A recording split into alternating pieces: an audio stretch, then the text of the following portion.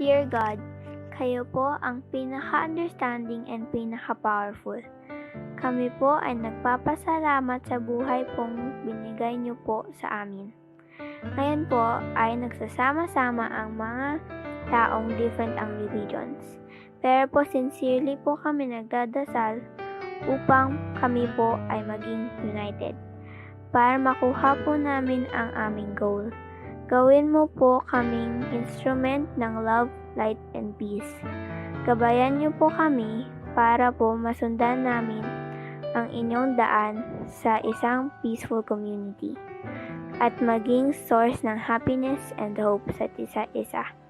Wish ko lang po maging nice ang place na ito sa lahat ng tao. Sa inyong kalooban at paggabay, sana po maging tulong ang activity na ito para mag-benefit ng marami. Gawin mo pong ligtas at malayo sa anumang sakit ang bawat isa sa amin. Kasi po scary po ang pandemic. Marami pong salamat, God, at mahal po namin kayo. Amen.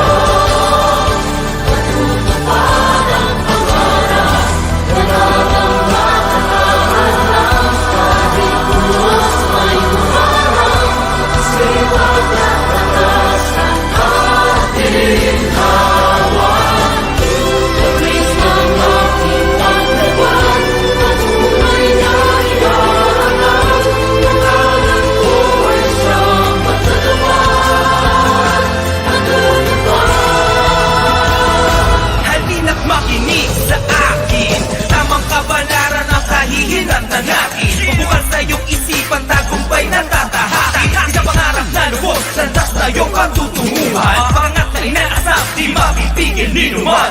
Maaabot lahat ng iyong inaasam. Kasipagan ng sagot, salat ka man sa kayamanan. Buksan ang pahina ng mga aklat ng karunungan. Edukasyon ating kailangan, kamamangan ating iwanan. Please! Ating lilipanin, ang himbawangin, ating tanawin, atong mga sa'y muling tatanawin. kinabukasan pag-ibayin, pilitin mo gawin. Puspos ang pagsisikap, Pag-asa ay yakapin, edukasyon ang kayamanan kahit di naman. Isang pangarap ang tutupad, pagsisikapan ng lahat. puspos ang pagsisikap, Kaya mo yun, kaibigan. mabubuo isang pangarap.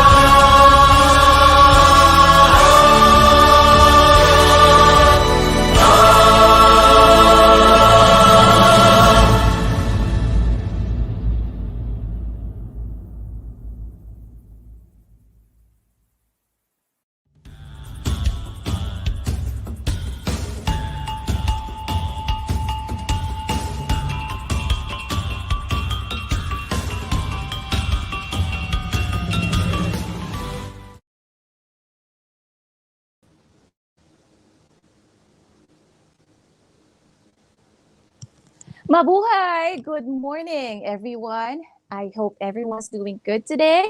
I hope you're all healthy, happy, and safe. It's a beautiful day for you, beautiful teachers, to learn about radio broadcasting. And this is not only for DepEd TV teacher broadcasters, as we are streaming live on the Facebook page and YouTube channel of the DepEd EdTech Unit. So it's open for all the teachers all over the Philippines. Make sure you like, comment, and share so that more teachers can join us today. Don't forget to use our hashtag, Lessons on Air. I know we are all excited for this 4-day training workshop on School on Broadcast, Lessons on Air, brought to us by the Office of the Undersecretary for Administration through the Information and Communications Technology Service, Educational Technology Unit. My name is Teacher Pao Yaptanco, teacher broadcaster from Potrero National High School, SDO Malabon, and I will be facilitating today's program. Now, to formally welcome us to today's webinar, let me call on our beloved Director of the ICTS, Director Abram YC Abanil, for his opening remarks.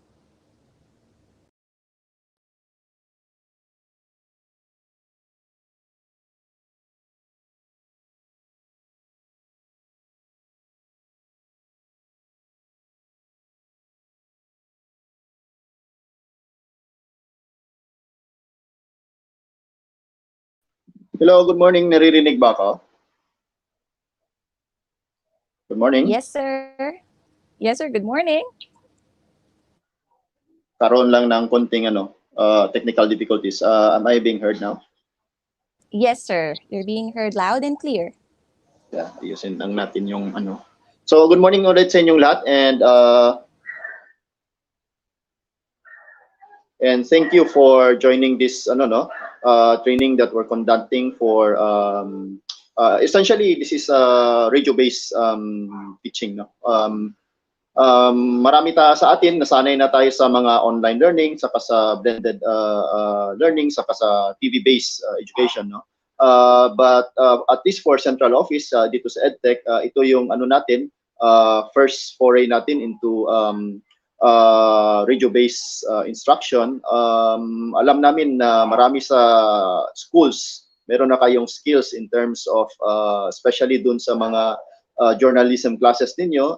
Marami na kayong mga knowledge on how to do radio-based instruction. What we would like to do in this particular training is to share rin naman yung mga experiences namin, especially dun sa what we have experienced in DepEd TV. Marami tayong mga teacher broadcasters who have already been trained in doing video lectures. We would like to share yung mga learnings namin pagdating naman dito sa radio-based instruction. Actually, is part of our phase 2 sa DepEd TV covers radio-based instruction, no? Ongoing pa rin yung procurement doon. At ang kagandahan nun is that all the video lectures that are being aired in the DepEd TV and that will be produced will also be converted into radio-based instruction. And this, what this means is that hindi lang i-convert yung video lessons into audio format, no? Pero kailangan din palitan yung tawag ito, yung ating script, because the script of the TV-based lessons are, ang assumption niyan is that there are visual graphics. Whereas dito sa radio-based instruction, we know that walang graphics, so they have to tweak the scripts para mas ma-describe yung mga lessons and para ma-visualize ng bata using just audio that is available dito sa mga radio-based instruction. And ang kagandahan talaga nitong radio-based instruction is it supplements yung ano natin, no, other modes of learning. I, for example, is a very big fan of listening to mga lectures, no, both audio and both video, and marami akong natutunan from various fields like physics, like chemistry and biology, just listening to these lectures. And we would like to provide this particular opportunity din sa ating mga public school learners. And more importantly, ang radio-based instruction is something that can be used by our visually impaired learners. Yes, yung mga visually impaired learners natin. Kaya it's also a strategy not just to supplement ang education ng ating mga regular learners, but also to facilitate yung learning ng ating mga blind learners and ensure that they are included. They have the same opportunities in terms of education sa ating mga regular learners. So we know that there is a lot of expertise out there in the schools with regards to radio-based instruction. We would like to touch base with you para ma-share natin yung ating iba't ibang mga kaalaman. Lahat tayo ay are actually kinakapa natin kung paano ma-deliver yung education in this kind of setting, no? So we would like to work with you so that we can further improve our respective skills, and then we can scale up at the central office para ma-facilitate namin yung sharing of knowledge to the other schools, to the other teachers in our country with regards to this new skills, new ways of teaching using technology. Especially in this very trying condition. So magandang araw ulit sa inyo lahat, and we hope that you will learn a lot from this training workshop that we are conducting today.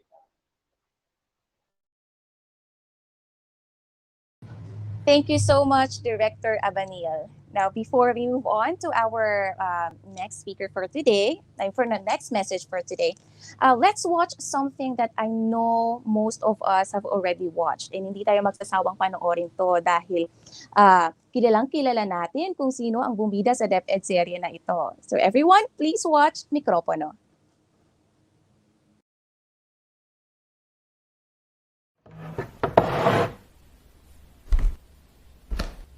Ako si Pambing Nueva na babalita.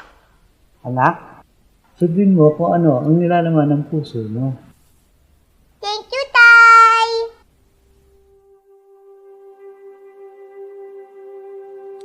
Tay, naaalala mo ba nung niregaluhan mo ko ng mikropono?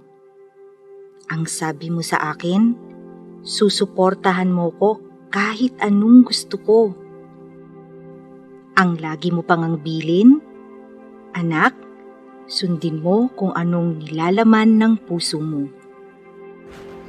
Ganda talaga. Lagi mo ring pinapaalala na ako ang pinakamaganda. Mas maganda pa sa mga crush mong artista sa TV. Alam mo ba, Tay? Pinaniwalaan ko yun. Ako, si Pam Villanueva, nagbabalita. Hindi mo naman kasi sinabing mahilig ka sa mga palabas na comedy? Yan tuloy. Umasa ako masyado. Hindi ko inakalang iba pala ang pamantayan ng mundo. Hindi ko napaghandaan ang sakit ng mga salita mula sa tao. Ganun pa man, hindi ko kinalimutan ang bilin mo. Tay, ngayong araw, maglalakas loob ulit akong sundin ang laman ng puso ko. Ngayong araw, tutuparin ko ang pangarap nating dalawa. Good morning, everyone. It's going to be a long and hard journey. There will be a lot of sweat and a lot of tears. I expect a lot from you, but in the end, when you become teacher broadcasters, it'll all be worth it. Are you ready? Yes!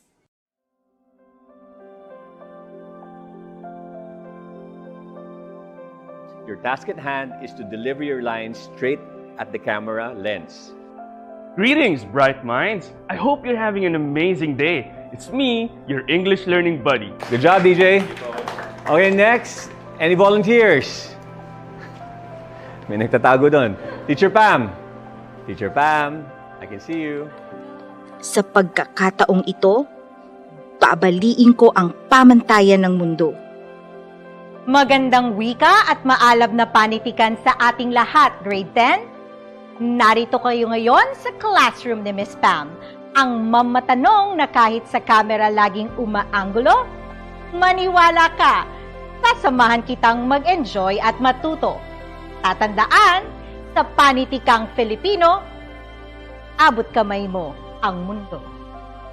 Alright! Haharap ako sa kamera upang magturo, upang hindi lamang makulong ang mga aral sa 4 na sulok ng silid-aralan, upang mas maraming bata ang makaalam na ang mga pangarap ay binuo upang matupad. Okay, teachers, dito nagwawakas ang ating workshop, pero hindi ang inyong training. Bye-bye! Haharap ako sa kamera upang magturo, para mas maraming bata ang makaalam na kahit matagal ang proseso ng pangarap, ang mahalagay umuusad. Tay, naaalala mo ba nung niragaluhan mo ko ng mikropono? Hindi ko to nagamit kanina. Pero, nagamit ko lahat ng paalala mo. Hindi na rin pala ako naniniwalang kasing ganda ko ng mga crush mong artista. Pero, mapapanood mo na ako sa TV. Para sa mas malaki. Diba, ang ganda ng bida sa DepEd serye na yon. Mas maganda yan sa personal. And now, to give us an inspirational message, let's all give a virtual round of applause to the head of the ICTS-EdTech Unit, Mr. Mark Anthony CC.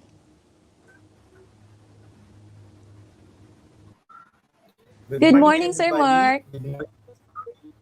Hello po. At sa lahat ng ating mga teachers na nanonood,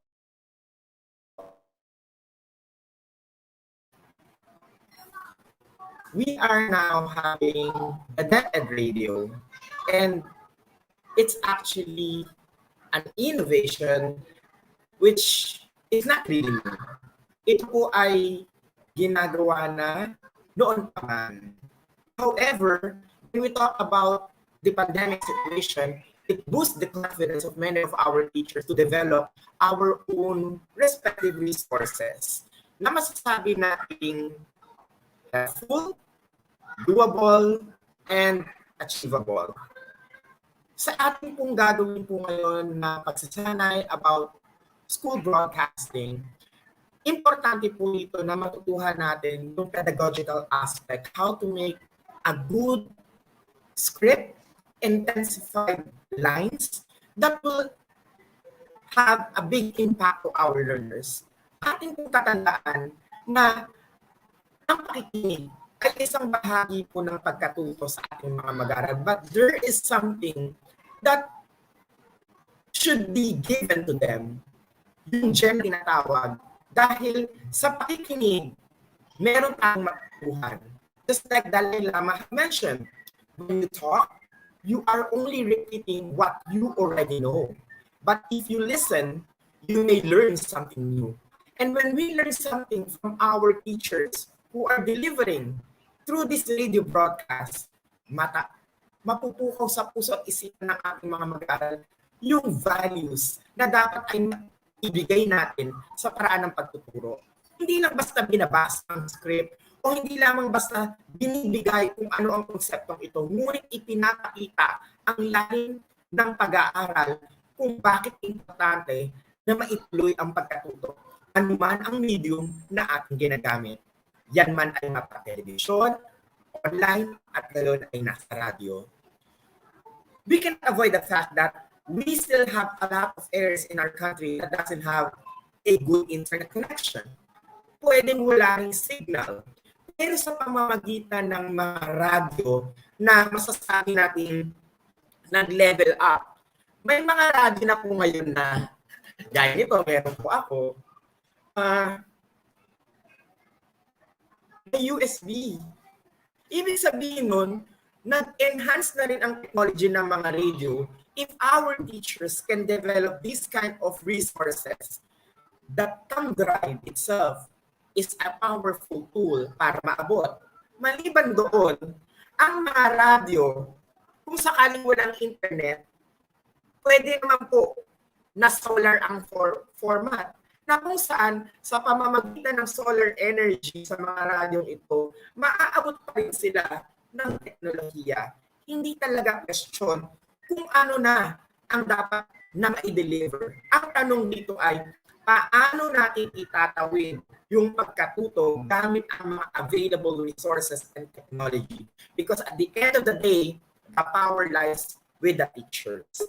How we create our script, how we are going to augment instruction, makita man natin ng personal ang mga bata o kung tayo man ay kanilang mapapakinggan. At the end of the day, ang ating masasabi ay we work hard from it, we work hard on it, and we are heroes in our own respective ways. This is your good legacy for the Philippines.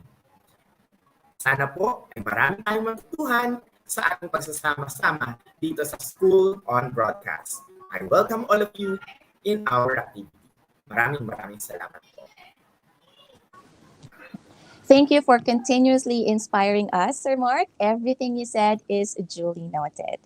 Okay, now before we move on to the next message, let's watch another DepEd serye. I know napanood nyo na rin to, pero again, hindi tayo magsasawang panoorin ito dahil lahat tayo merong first love. Please watch this.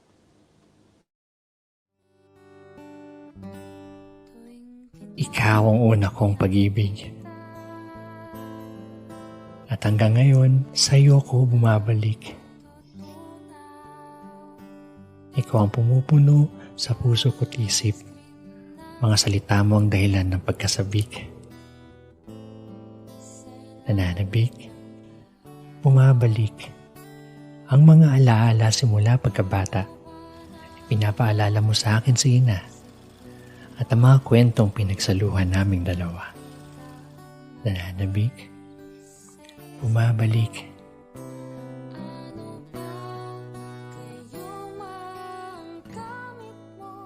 Sapagkat nasa iyong bantas sa dulo ng mga pangungusap, ikaw ang aking pahinga, ang paglaya sa emosyong gustong kumawala. Mula sa mga tanong, sa padamdam, paghinto. Sa pagpapatuloy, paninigurado at mga bakasiguro. Kaya sa pagkakataong ito, gusto kitang yakapin muli. Miss, gusto ko ulit maramdaman kung paano tayo nagsimula. Gusto kong balikan ang unang salita. May I borrow that book? This one? Oo. Sana. Sure. Unang talata. Unang kabanata. Sapagkat ikaw ang una kong pag-ibig. Sa'yo ko unang naramdaman ang pagkasabik. Good morning, learners! Welcome to DepEd TV. Are you excited to learn a new story? Nananabik. Umabalik.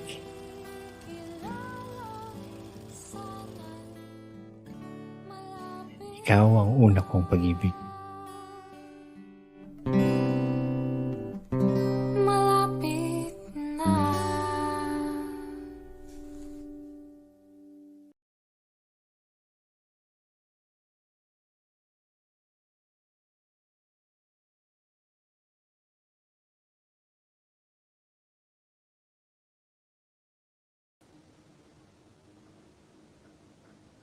Ayan.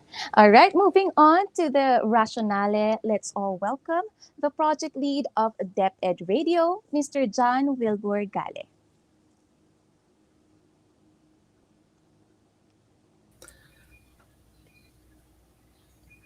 All right. Good morning, good morning, good morning, good morning, Good Miss Pawi. morning. Good morning, sir. Ayan. So, to our teacher broadcasters and all the teachers watching right now, isang napakasayang araw po. We are very excited and sana kayo din po. So, let me read to you the rationale for our training. For a long time, the Department of Education or DepEd used radio-based instruction or RBI as one way to reach people in the Alternative Learning System or ALS program. Radio-based instruction is mostly used to reach people who can't come to face-to-face classes or who live in remote areas. This allows them to keep going with their education even though they have challenges. Radio-based instruction has reached out-of-school youth, people who have been imprisoned, people with disabilities, working students, indigenous people, farmers, and other people who can't go to school every day. So mapapansin nyo talaga pong dati pa meron na pong DepEd radio or radio-based instruction. And in response to the disruption of classes caused by the COVID-19 pandemic, the Department of Education initiated the use of blended learning delivery in DepEd Order Number 12, Section 2020, titled Adoption of the Basic Education Learning Continuity Plan for the School Year 2020 to 2021 in the context of the COVID-19 public health emergency.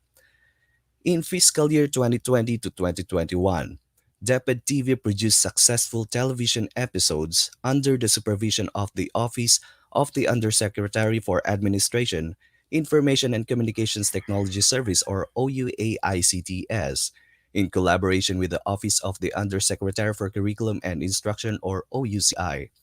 The episodes are broadcast on national television and on the Department of Education's social media pages.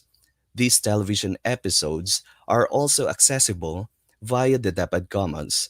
Thus, the DepEd TV has an organizational structure that spans planning, production, quality assurance, and broadcasting, as well as monitoring, evaluation, and research. In response to the challenge of limited access to learning modalities, the Department of Education has included radio as a modality in blended learning framework to reach learners who have limited or no access to more popular online and television-based lessons. Historically, radio has been used to disseminate information, and families in areas without electricity maintain battery-operated AM or FM transistor radios and other modes of radio broadcasting. Currently, the DepEd radio makes use of pre-existing local AM or FM radio stations in all regions of the Philippines. In collaborations with the department's regional and division offices as well as schools, lessons are broadcast via partner radio stations or ragtag radio stations established in regional or division offices and schools, reaching learners who do not have ready access to alternative modes of instruction. The OUA ICTS, in collaboration with the OUCI, shall establish the CO organization structure for DepEd Radio, encompassing planning, production, quality assurance, and broadcasting, as well as monitoring, evaluation, and research. This CO structure must interact with counterparts at the regional and divisional levels of governance. So that's it, our teacher broadcasters and teachers nationwide. We are providing this training to empower you using radio-based instruction for learning. This training will give you the knowledge and skills about the radio-based instructions. So listen carefully, learn and absorb as much as you can because we have the best speakers that we can muster. So good luck and enjoy this training. Maraming salamat po. Talaga namang napakaganda ng boses ng ating project lead ng DepEd Radio. Thank you, Sir Wilbur. Now, let's watch another DepEd serye. Everyone, this is Bangka.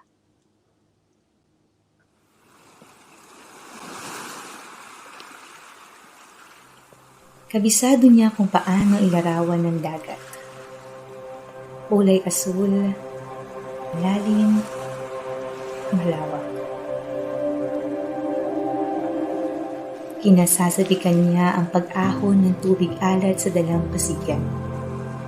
Kinamamanghaan ang paglubog ng araw sa hangganan. Paghinga ang dulot sa kanya ng kalmadong karagatan. Para siyang hinihele sa musikang gawa ng mga alon.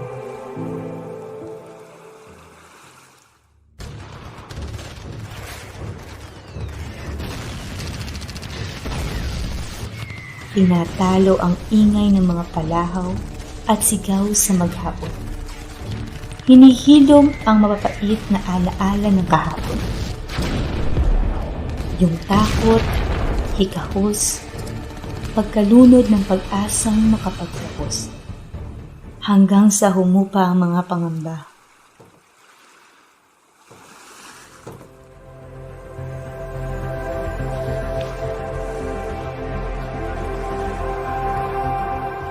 Sumilip muli ang liwanag sa lumubog na isla.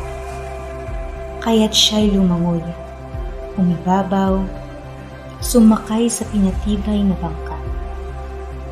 Bit-bit ang mas matibay pang pag-asa. Yung hindi kayang palubugin ng mga panghuhusga, isinasagwa ng karanasan at mga aral na nabasa, naglalayag para sa kapakanan ng iba. Dumadaong sa pangpang ng katuwiran at tama. Siya, na pinatibay ng mga hampas ng alon, na kahit lumipas man ang mahabang panahon, kinasasabikan pa rin niya ang pag-ahon ng tubig alat sa dalampasigan. Kinamamanghaan pa rin niya ang paglubog ng araw sa hangganan. Paghinga pa rin ang dulot sa kanya ng kalmadong karagatan. Kabisado pa rin niya kung paano ilarawan ng dagat. Ang ganda ng dagat, no? Kulay asul, malalim, malawak. Kulay asul, simbolo ng kapayapaang laging niyang hiling. Malalim, kasing kahulugan ng kanyang mga hangarin. Malawak, tulad ng pang-unawa niya saan man siya dagdag.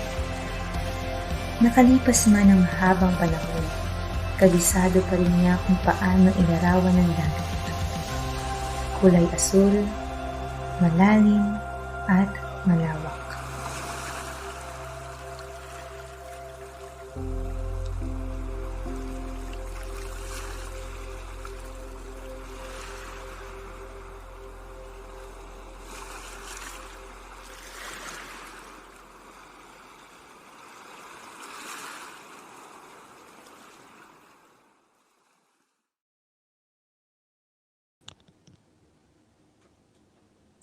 That was very heartwarming.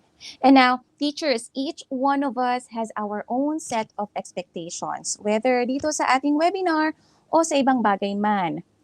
Pero hinay-hinay lang sa pag-expect, teachers, mahirap masaktan kapag hindi na-meet yung expectations mo.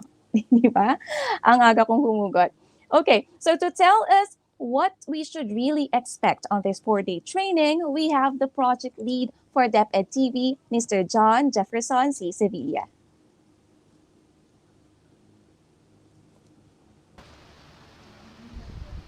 Good morning, Sir Jeff. Thank you very much, Ma'am Pawi, and thank you for doing this. And I'm going to share our expectation to our teacher broadcasters and, of course, to our participants.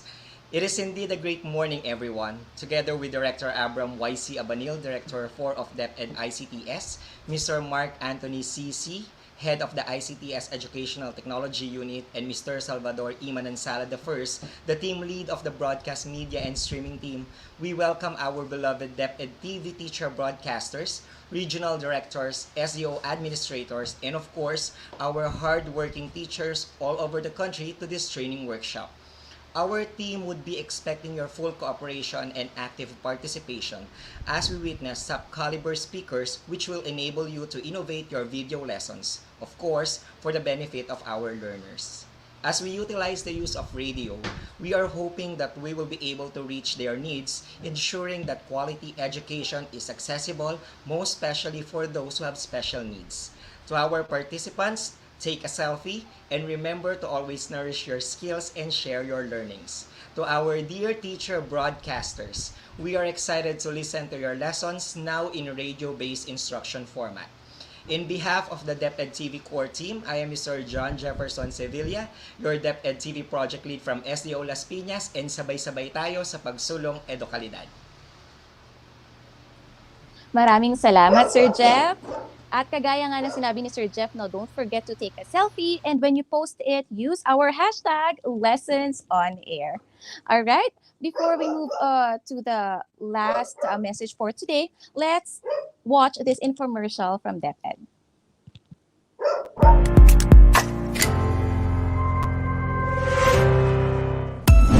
Maraming paraan para matuto sa kabila ng maraming pagbabago. Oops! Oo! Kami nga! Ang inyong mga teachers sa telebisyon, mas madalas nyo nang mapanonood at makakasama. Mas mahabang oras at maraming araw. Lunes hanggang Sabado mula alas 7 ng umaga hanggang alas 7 ng gabi. Dahil sa DepEd TV, magagawa nating ipagpatuloy ang pag-aaral kahit wala tayo sa loob ng paaralan. Manood lang sa inyong telebisyon o buksan ang inyong mga laptops, tablet o cellphone para mapanood ang mga video lessons na nagmula sa most essential learning competencies na ginagamit rin sa lahat ng paaralan sa buong bansa. Tumutok sa ating mga lesson mula kinder, elementary, junior high school, senior high school at ALS na naka-video episodes na. Lipat na sa IBC 13, GMA Affordabox Channel 7 at Solar Learning Channel. Kung hindi makahabol sa live broadcast, aba naman!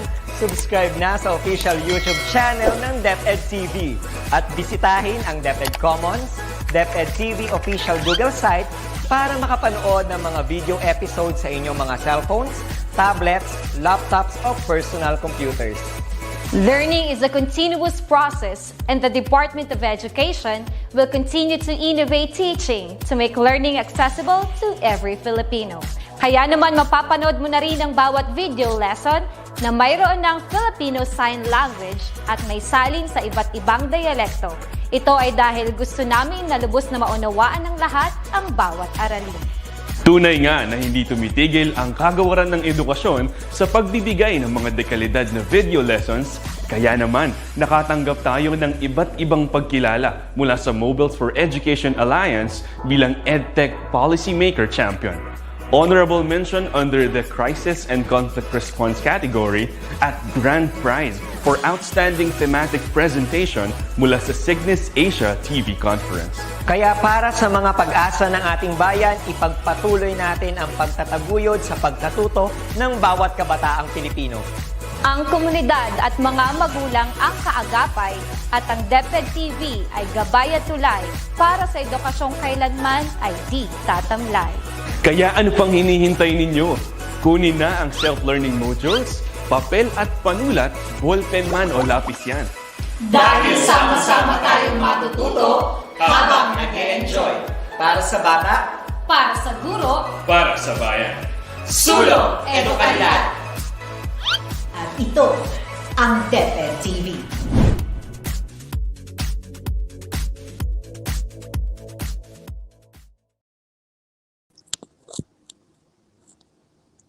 All right, Lastly, to tell us about what's in store for us in this training is our broadcast media and streaming team supervising educational technology specialist, Mr. Salvador E. Manansala I, aka Sir Bads, minsan Sir Goods, with the webinar overview. Good morning, Sir Bads. Good morning, Ma'am Pawi.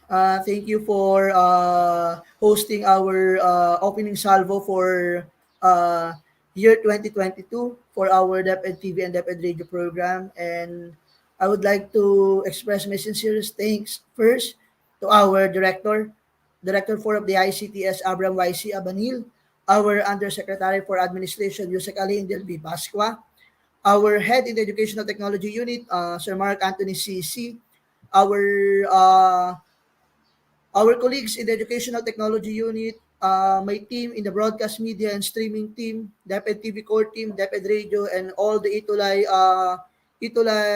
hardworking men and women, to our teacher broadcasters, and to our very passionate and dedicated teachers all over the country. A pleasant morning to all of you. In response to the disruption of classes caused by the COVID-19 pandemic, the Department of Education initiated the use of blended learning delivery modes. This was stipulated in the DepEd Order Number 12, Series of 2020, titled Adoption of the Basic Education Learning Continuity Plan for the School Year 2020-2021 in the context of the COVID-19 public health emergency. On this particular DepEd order, we have this suggested distance learning delivery modalities. We call it as DLDM, wherein we have four. The first one is the online distance learning. The second one is we have the modular distance learning. Another one is we have the TV and radio-based instruction, and that's it, the TV-based instruction and the radio-based instruction. Last year, we focused our attention on the TV-based instruction, wherein we were able to develop thousands of episodes for our learners, and we established this just to continue the education, because as we all know, our secretary told us that education must continue, especially in times of pandemic. For this particular training program, what are the expectations for what are the aims or the objectives of this training program? This training program will help the participants to have a deeper understanding or knowledge of the following. First, differentiate concept of TV broadcasting to radio broadcasting. Another one, discover radio broadcasting elements, technicalities, and terminologies. Number three, learn how to put flesh into the script. Understand the importance of learning skills in the broadcast speech and performance of lessons on air. Number five, describe the principles of radio broadcast speech and performance, particularly for lessons on air program. Number six, create a sample lessons on air script and broadcast program. This is intended for our teacher broadcasters, because as we all know, initially we planned this particular training for the teacher broadcasters, but once we posted the announcement to our social networking site, uh, maraming nagtanong, are we allowed to join this? Are you going to open this particular training program? Because this is very interesting. And on our end, sabi ko nga, nakikinig kami, and we open this to all, and let's always be reminded na inopen siya sa all, but you are not required. It is not required. It's not compulsory. It is on a voluntary basis. And the last one is to realize the importance of one's role in lessons on air program. So now, this afternoon, this 4-day training workshop will help us to understand everything about radio broadcasting. And to be able for us to get more knowledge about this, we invited a very esteemed and established personality when we talk about school broadcasting or radio-based instructions. Today, we'll be having a discussion about radio broadcasting, a glimpse and a gist. This will be discussed by an anchor at DZUP 1602 Balita, Assistant Program Director and Host, and a program coordinator at University of Caloocan City. We also have a speaker who will discuss the radio broadcasting in the new normal.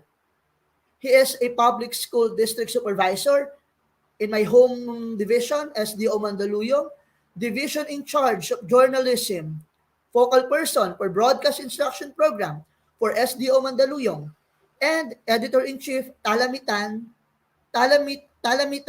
and Talamitam Online. And this particular speaker this afternoon, talagang napaka-established at humakot na ng napakaraming award when we talk about journalism.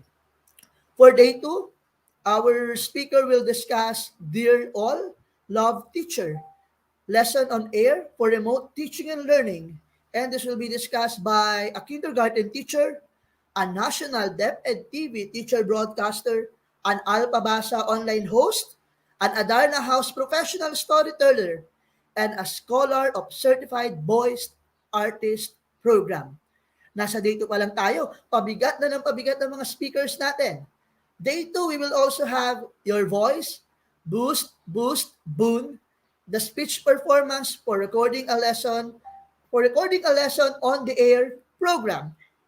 And this particular speaker is a dubbing director of ABS-CBN and the voice behind San Goku, Jumong, Mickey Mouse, and many, many more. Talagang ang puhunan kasi natin sa radio base ay boses. Kaya ang training natin will focus on more on voice and script writing for radio base. And for our last day, we'll be having Let Me Listen to What Is Written, Principles of Radio Script Writing, and the basic radio script format. This will be discussed by our educational technology specialist, member of DepEd TV core team, a national DepEd TV teacher broadcaster, a vice president for Caloocan Secondary School Paper Advisors Association, school paper advisor, and TV and radio script and broadcast trainer. So I hope, given the roster of our speaker for this school on broadcast lessons on air training workshop, all of us will be empowered on all the things that we need to know about this training workshop that focuses more on radio broadcasting, because as we all know, continuous pa rin ang pandemic natin, and we need to devise certain modalities to be able for us to reach not only those who are living in the urban areas, but also those na classified as last mile schools wherein there's no internet access. The answer to that, we provide them with offline TV-based video lesson, and now we will be providing them the radio-based instruction format. And this radio-based instruction format, we're planning to have it in a 2 modalities. The first one is the traditional radio-based, and the other one is the trend. Yung trend this 2022, and ito yung nagsimula ng pandemic, which is the podcasting. Rest assured that we in the Department of Education, Educational Technology Unit will continue to innovate teaching using various modalities at the comfort of our home, and we are true to our mandate in delivering quality education to our learners. Lagi nating tatandaan, we are all doing this para sa bata, para sa bayan, sulong edukalidad. Again, magandang umaga po sa inyong lahat at maraming salamat sa pagsama sa amin sa session na ito. God bless us all. Stay safe everyone. COVID lang yan. Gurong Filipino tayong lahat. Bye! Maraming salamat po, Sir Bats. Talaga namang napakaraming aabangan ng ating teachers sa training na to. We are all risen and shining, present with the passion that's blazing. And we are very much delighted to see the huge number of participants in today's session. Day 1 pa lang yan ng ating RBI webinar series. Iba na ang energy ng ating participants, lalo na sa comment section. And speaking of comment section, let me read some of your comments. Dear teachers, let's see. Here, from Sir Allen Tapar, watching from 1F Trevino Memorial High School, SDO Camarines Sur. Galing naman kay Ma'am Venus Malyari Garcia, good morning po. Watching from San Isidro Resettlement Elementary School, Magalang North District SDO Pampanga. At meron din tayong nanonood from SDO Bulacan, si Ma'am Mariflor Dizon. Good morning po, watching from Guyong Elementary School, Santa Maria Central District. At syempre, meron din tayong nanonood from Bagong Silang High School, especially yung ESP at Filipino department nila under Miss Mirna Pacheco with the efficient principal, Dr. Marisa B. Feliciano. And also, sa lahat ng nasa SDO Caloocan, under the leadership of Dr. Nerissa Losaria, their superintendent, magandang umaga po sa inyong lahat. Okay? And thank you so much po for being with us this morning, dear teachers from different parts of the country. And with that, we are inviting everyone to please feel free to share your screenshots or selfie, nakasama ako, as proof of your presence on today's adventure. And of course, use our hashtag Lessons on Air Day 1. Okay? Don't forget ha, kailangan maganda ako sa screenshot nyo, dear teachers. Okay, before we move on to the next part of the program, I know all of us are all excited to meet our speakers and learn from them. Okay, but let me first introduce our speaker. Ano ba ang kanyang achievement? Sino ba itong magiging speaker natin? Siya ba ay talagang qualified? I think so. Sobrang qualified niya. He is an advocate and resource speaker of voter education, media and information literacy, and broadcast journalism. He took up a bachelor's degree in broadcast communication at Polytechnic University of the Philippines. He earned units and a Master of Arts in Media Studies at the University of the Philippines, Diliman. He started his journey in the media industry as a youth reporter of Kabataan News Network of Probe Media Foundation Incorporated, hosted by Atom Araulio, which was aired in ABC5, ABS-CBN, and University TV. He was also the radio host of Kabataan On Air in DWDD Katropa Radio, Voice of the Youth, and School of Life in Radio Inquirer. He also worked as head researcher and segment producer of different TV programs of news and information of the TV5 network. Currently, he is a scholar at Rahamangala University of Technology, Thanyaburi in Thailand with Master of Education in Educational Technology and Communication Program. He is the program coordinator of the Communication Department at University of Caloocan City. He is also the anchor of DZUP Balita, host of UP Atinto, and assistant program director of DZUP 1602 KHZ of the College of Mass Communication, University of the Philippines, Diliman. To talk about radio broadcasting, a glimpse and the gist, let's all welcome Mr. Ryan Malandog. Good morning, sir. Isang mapagpalayang umaga sa bawat isa. Good morning. So, ready na ba? Okay, so I'm really ready for today, no? So maraming salamat sa pagpapaunlak na maging bahagi ng ating workshop, no? So maraming salamat din sa introduction. So allow me to share first my slide. Yun, basically, it's about an introduction about radio broadcasting, no? So, ano nga ba ang radyo, no? So, dahil of course, isa sa mga traditional media ang radyo, no? So, until now nandito pa rin despite of having digital media, no, na patok na patok sa mga kabataan ngayon. Pero still they are surviving, or it is surviving, no? Nandiyan pa rin yung radyo. So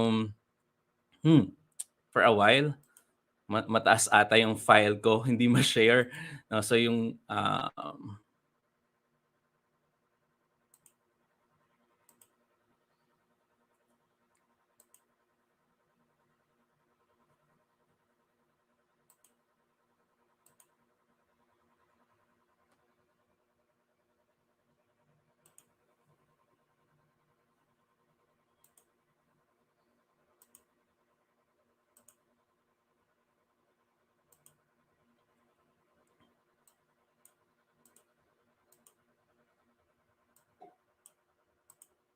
Yan, ganyan talaga pag live, no, sir? Talagang maraming live technical difficulties na hindi Yeah. inaasahan.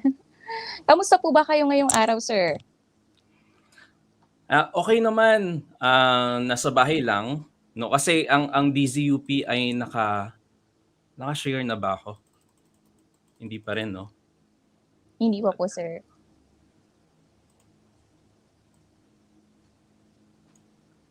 So sa bahay lang din po kayo na work from home din po Yan, kayo ngayon, sir? nagbo-broadcast kami sa bahay nandito ako sa Caloocan.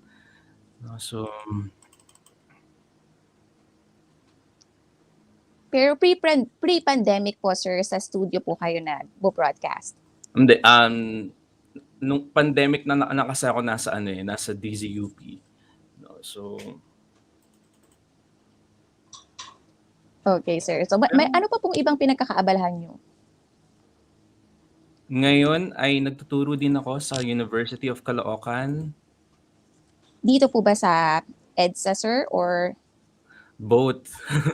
both. Sa South and North, no? So, Mm. since it's remote learning and even naman nung pre-pandemic, no? So kasi kailangan na at least may media practitioners sa both campuses kasi parehas may communication, no, sa both campuses. So, sir, pinakiusapan ako na magturo doon. How's the experience naman, sir, of teaching college students? It's very fulfilling kasi 5 taon na din naman ako nagtuturo sa communication. Pero mas mahirap po siguro magturo ngayon dahil online lang po lahat, di ba po? Yeah, ang daming challenges, no? So kailangan mong maging creative, no? So lalong-lalo na it's about communication. Yes. May mga production subject, for example. So it's paano mo siya i-modify into, 'di ba, a remote learning setup, no?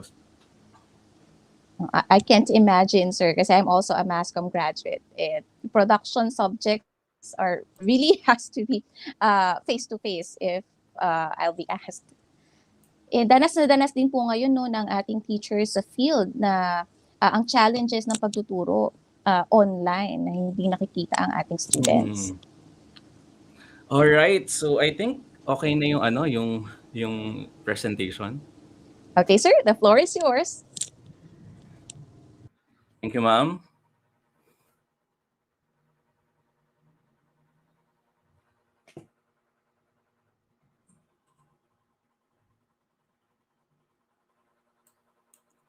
Ayan, pasensya na po.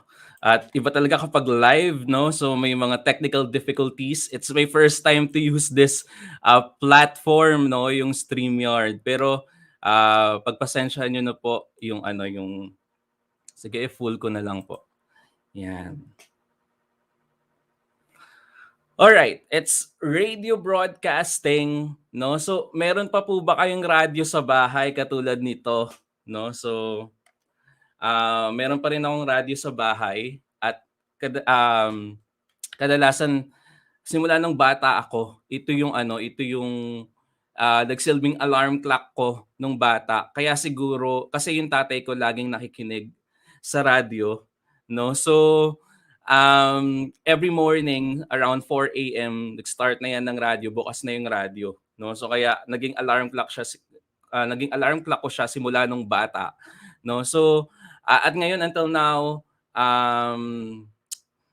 ilang taon na ako yung tatay ko hawak-hawak pa rin or nandyan pa rin yung radyo kasi it's a form of entertainment, ng information, no, lalong-lalo na balita at yung mga radio drama, no, na meron pa rin tayo ngayon mapa AM or FM, no. So sa radyo natin, sa mga pihitan natin. So ang unang tanong siguro, uso pa ba yung radyo, 'di ba? So of course it's digital media, digital age, no? So yung mga Gen Z and Alpha generation and even millennials, nabuhay na nandiyan na yung internet, no? Pero of course, nandiyan pa rin yung radyo. Marahil nabawasan lang yung bilang ng mga nakikinig, no? Or at yung numbers of yung physical radio, pero still they are surviving, right? When television was invented and they produced the first music video, yung Video Kill the Radio Star yung title. Ang pinaka-mensahe nun, mawawala or mamamatay yung mga star sa radio. Kasi nga, na-invento na yung television eh. Nandun na lahat ng elemento. Nandun na yung elemento ng radio na music, no, yung sound, yung voice, at yung very important element ng television, visual, nakita. No? So, that's why sinasabi ng iba, oy, wala na yung radio na yan. No, kasi may TV na. Nandiyan na lahat ng elemento. No, but of course, nandiyan pa rin, no? Of course, kailangan mag-evolve, kailangan i-adopt yung new technology na meron tayo, at nandito pa rin ang radyo, right? No, nung nagkaroon ng television, nagkaroon ng teleradyo, no? So dati hindi nakita yung mga anchors, yung mga DJ na mystery, but because of the new technology, no, from television to digital media to social media, no, so nag-evolve ang radio. They need to adopt, no, so that's why may tinatawag tayong media convergence, no, yung pagsasama ng iba't ibang plataforma ng media, no. That's why meron tayong teleradyo, meron tayong podcast, meron tayong even sa Twitter Spaces, if you're familiar, it's an audio discussion ng mga kabataan, no. So wherein they can discuss different topics online, no, na if these people are not into video, no, so they can go to that platform na boses lang, no. So hindi nakita yung mukha nila, no. So siguro simulan ko dito with the quotation or from line ng station manager namin sa DZUP 1602. Ang radyo ay pabago-bago, no? Nagbabago, laging may bago, at nakapagpapabago. Yung evolusyon ng radyo, simula ng may imbento siya, napakalayo na, no? So from physical radio to now na nasa online streaming din. Even us sa DZUP, hindi na lang sa radyo na pakikinggan. We have, ang unit namin hindi na lang for production, no? So meron kaming online team, meron kaming online team na nag-manage ng website namin wherein merong online streaming pwedeng mapakinggan ng tao. Meron ding Facebook page. No, aside from us na nasa terrestrial radio, na nasa production and programming, may iba't ibang platforms, and even yung program na hino-host ko, hindi na lang boses, no. So it's because of social media and digital media, nakikita na rin kami. Meron kaming Facebook Live, no, yung mga programs na UP atin to, no. So ang daming hindi uso pa rin ang radyo, nandiyan pa rin siya, it's surviving, no. So nagbabago siya, no, at laging may bago, no, at nakapagpapabago kasi ang radyo ay isang moda o isang plataforma para gamitin natin sa iba't ibang bagay, no. So kung babalikan natin yung iba't ibang objectives ng media, is one is to inform, second is to educate, third is to advocate, and fourth is to entertain, no. So at pwede natin siyang gamitin sa edukasyon. For example, DZUP, it is produced by College of Mass Communication, Department of Broadcast ng UP Diliman, pero napapakinggan din naman siya sa Mega Manila and nearby provinces. Pero yung content niya ay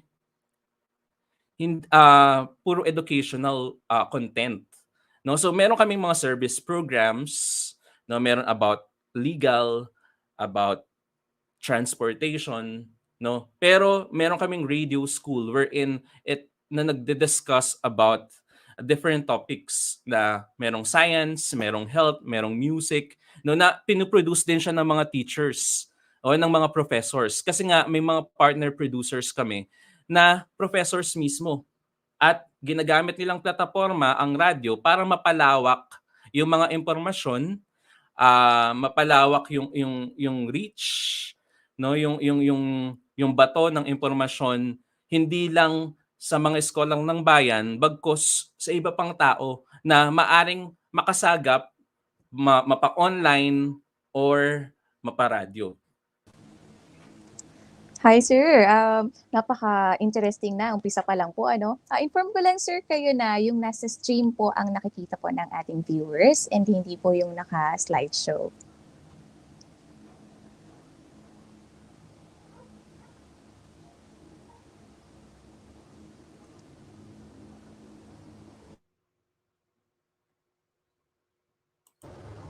Ayan po. Yan, pero okay lang yan. Sorry. Apo sir. Yeah. Kita naman, no? Apo, ganyan na lang po.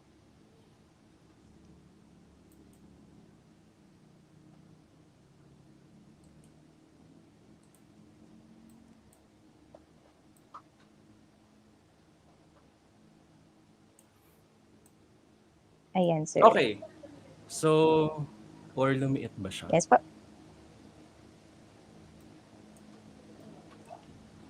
Parang mas okay po yung kanina, sir. Ayan po.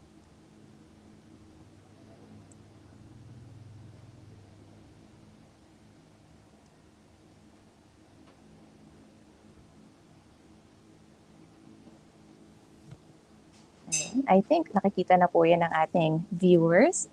You may continue po, sir. Ayan, pasensya na. Ayan.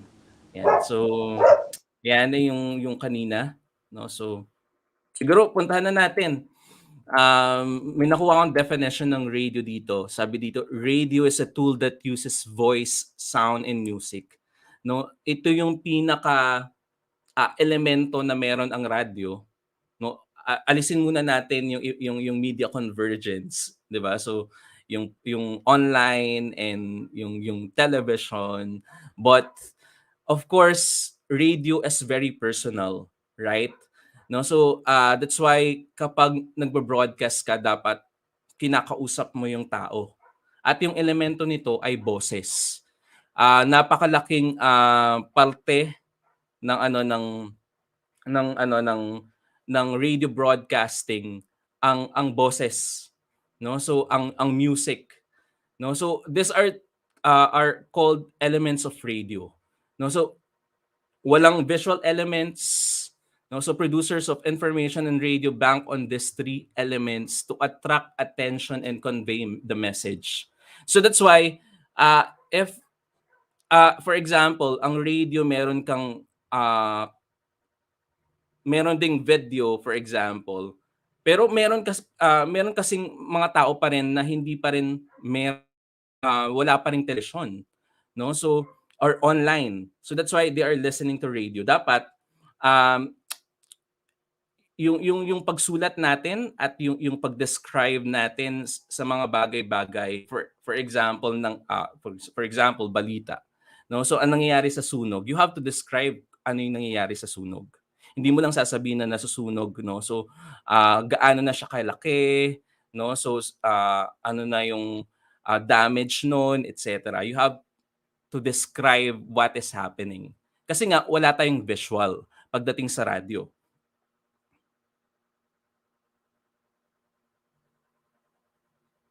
Siguro ano tayo, balikan lang natin yung history of radio, no? So panoorin natin yung itong short video courtesy of DZRH bilang ito yung oldest radio station in the Philippines.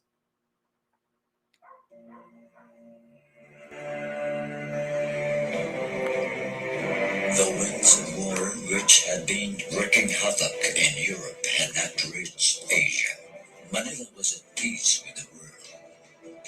In a little studio on the top of the HE-ECAT building on Skolta, announcer Hal Bowley picked up the microphone and bade Manila good morning.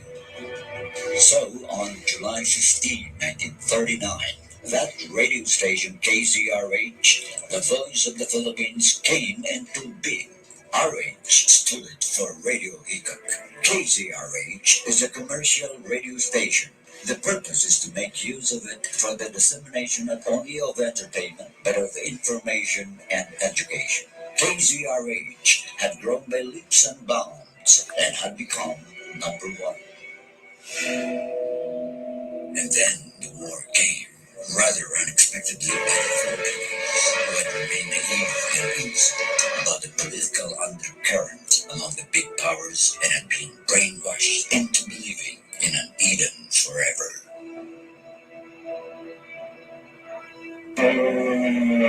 At 7 o'clock in the morning of December 2nd, 1941, Japanese aircraft carriers let loose its bombs and fighters to begin its devastation in Pearl Harbor. A few hours later, it was the Philippines' turn to be dealt similar blows. Davao, Baguio, Iba, and Clark airfields were rocked by clusters of bombs from planes with red balls, virtually wiping out the United States Air Force in the Far East. We interrupt this program to bring you a December 8, 1941, U.S. President Franklin Delano Roosevelt declared war against Japan. It was World War II. Yesterday, December 7, 1941. During the air raids on Manila in the second week of December 1941, KZRH was completely sealed or blacked out at night. But broadcasting continued whenever the sirens wailed. Everybody was down at the basement, which served as a convenient bomb shelter. April 9, 1941, from the island of Cavite, Second Lieutenant Norman Reyes went on the air with his stirring delivery of Bataan as follows. The text was carefully crafted by one of President Manuel L. Quezon's speechwriters, Captain Salvador P. Lopez, and later to be the Secretary of Foreign Affairs.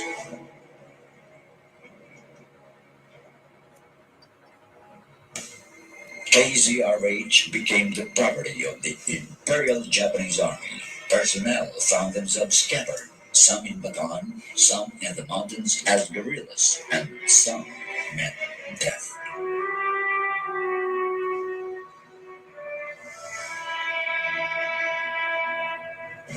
The Japanese who took over KZRH changed the call letters and renamed PIAM for their propaganda use.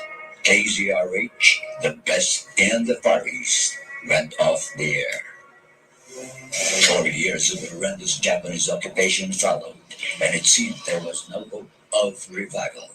Then, in 1945, the Americans came back, and among those liberated at the UST concentration camp was the former general manager of KZRH, Bertrand Silen, who upon his release picked up the pieces and immediately reopened KZRH, this time at the top floor of the Insular Life building on Plaza Moraga. But it was still tough sailing after that, and until Sulan found his godfathers in the persons of the brothers Elizalde, Ambassador Joaquin, and top businessman Manuel, who put up the funds to rehabilitate the station. Maestro Federico Elizalde joined his brothers as head of the Manila Broadcasting Company, the parent firm of KZRH. In the International Congress of Broadcasters held in the United States in 1948, a new set of identifying first two call letters for radio stations was given to the three Philippine regions with the constant letter D as country identifier. Luzon stations were assigned DZ, DY for Visayas, and DX for Mindanao. Now, DZRH continues to thrive in the coming years by giving the public the fairest, most accurate, and most comprehensive reportage on all events that truly count. DZRH has covered some of the most critical periods in the life of the nation. DZRH has exploited the radio's full potential as the medium that can reach even the remotest areas to serve the needs and interests of the people who are otherwise deprived of basic information for the improvement of the quality of their lives. DZRH, in its 70 years of existence, has lived up to the principle of freedom with responsibility. Station DZRH grows with the nation it serves, owes its continued top leadership and existence to its listeners. On its 70th year, therefore, Station DZRH will continue to keep faith with the Philippine nation and double its efforts to serve the people. To all the listeners and supporters of DZRH, mabuhay kayo! At maraming salamat po. DZRH! DZRH! DZRH! Nasa puso ng bawat Pilipino. Ayan, so pinakita ko lang sa inyo para mabigyan tayo ng idea about the history of radio in the Philippines since DZRH ay yung pinakamatandang radyo sa Pilipinas, no? So at nationwide yung broadcast ng DZRH. It's a good case study kapag dinidiscuss din ang radio broadcasting dahil Americans introduced a radio to us, no? So hanggang tumawid noong Japanese occupation and then until now, no? So na digital age na tayo, no, malaki yung evolution of radio, no? So ang laki ng ng development, no? So from the physical radio to online radio. So bakit ba may AM at FM? No? So though it's more on sa mga technicians, that's why 'di ba may mga engineers tayo pagdating sa radio, yung mga electronics engineers, no? So kapag nag-sign on and sign off yung yung mga radio stations, pinapakilala yung mga engineers natin. So just to give an idea about yung AM and FM, no? So though para sa engineers to, no? So para kahit papaano alam natin yung AM, it's an amplitude modulation and FM frequency modulation, no? So ang AM mas yung bato kaya kahit sa mga bundok kasi kung titingnan natin yung waves, yung radio waves niya, no? So hindi pantay, no? So kaya niyang that's why even in far-flung communities, for example, kahit mga transistor radio lang, they can pwede silang pumihit at makasagap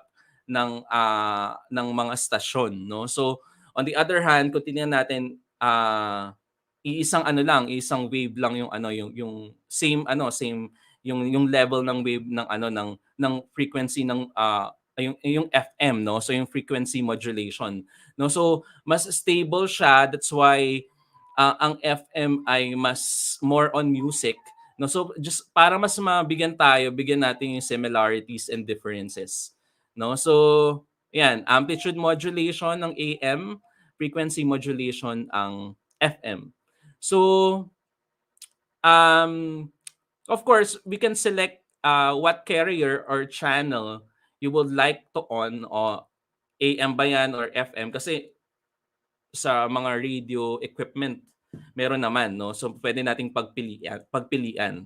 And yung mga KHC na yon, kilohertz, it's way of of measuring the radio waves na meron ang stasyon, no? So at ito yung yung pinaka para kung paano natin siya pipihitin. Kaya that's why may mga numbers yung physical radio natin, no? So yung frequency ng AM ay 540 kilohertz to 1600 kilohertz, no? Ang FM ay 88 and 108 megahertz, no? So mas mataas yung yung sa FM, no? So of course ayun nga, both have their own carrier and wave frequency, pero pagdating sa Yung AM, it has longer range than FM and is able to travel around different obstacle, mapabundok man yan, no? So, pero yung quality naman pagdating sa FM is better.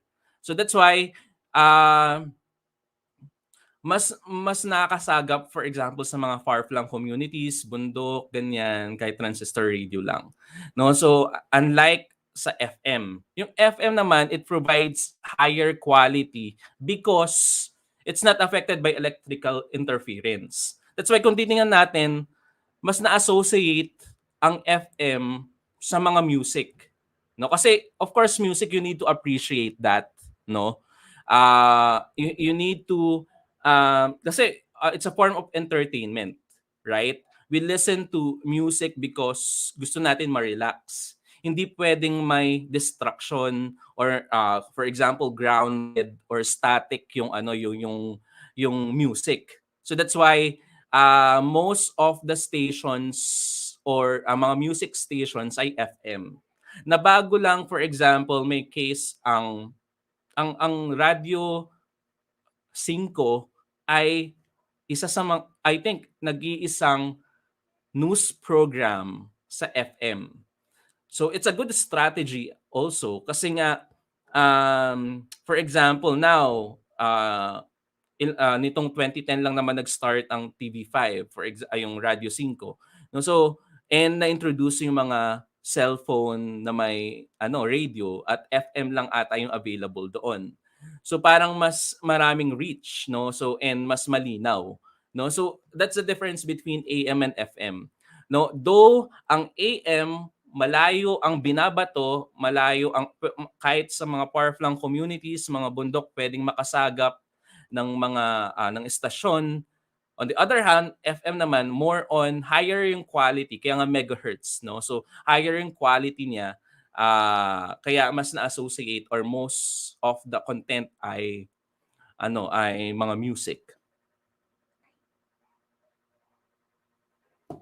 So kanina na-discuss naman sa isang conference in US, no? So for radio, yung mga broadcast stations are assigned one of 3 predominant prefixes depending on location of their license. No, so yung DZ and DW ay for Luzon-based radio stations. Yung DY for Visayas and DX for Mindanao.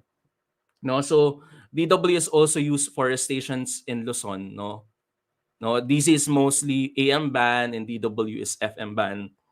And other call sign prefixes assigned to Philippines are DT, DU, and DV. Pero of course, mas marami mga DZ, DW, DY, and DX. And so that's nakahati po siya sa major islands natin. No, so yung Luzon, Visayas, and Mindanao.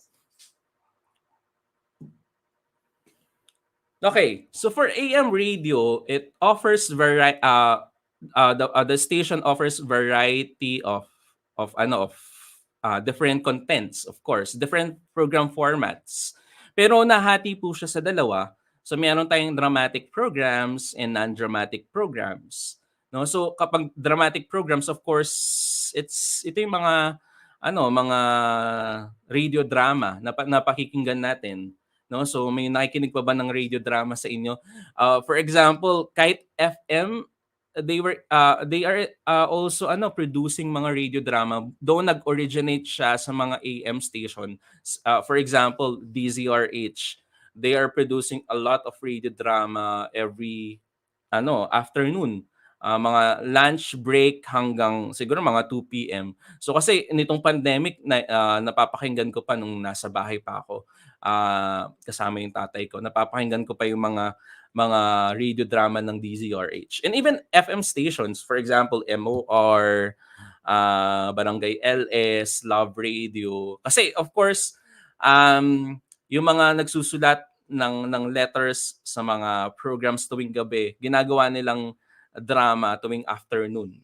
No? So that's dramatic programs. Number 2, yung non-dramatic programs, doon na pumapasok yung news and commentary, no? So yung mga balita, of course, lalong-lalo na if you are a member of Kapisanan ng mga broadcaster ng Pilipinas, it is required at least 30 minutes ng broadcast or newscast program, no? So sa mga miyembro.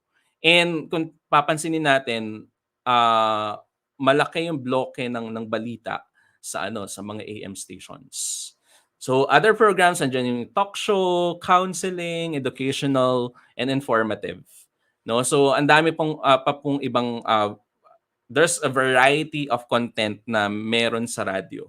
No? So pero it's more on talk, no? So kadalasan, pero it depends on what topic na i-discuss, no? So ang for example, ang yung sa amin naman, it's yung sa DZUP, meron kaming balita every morning 10 a.m. to 10:15 and then 2 to 2:15. Pero sa gitna no, nandun yung educational programs na at least 3 educational programs and isang service program every day, iba-iba. So yun. Of course, pagdating sa FM, no, it offers music and entertainment, no? So, pero of course, kung babalikan natin, kung titingnan natin or papansinin natin, there are times na nagpapalit lang na yung trends pagdating sa FM na more talk, less music.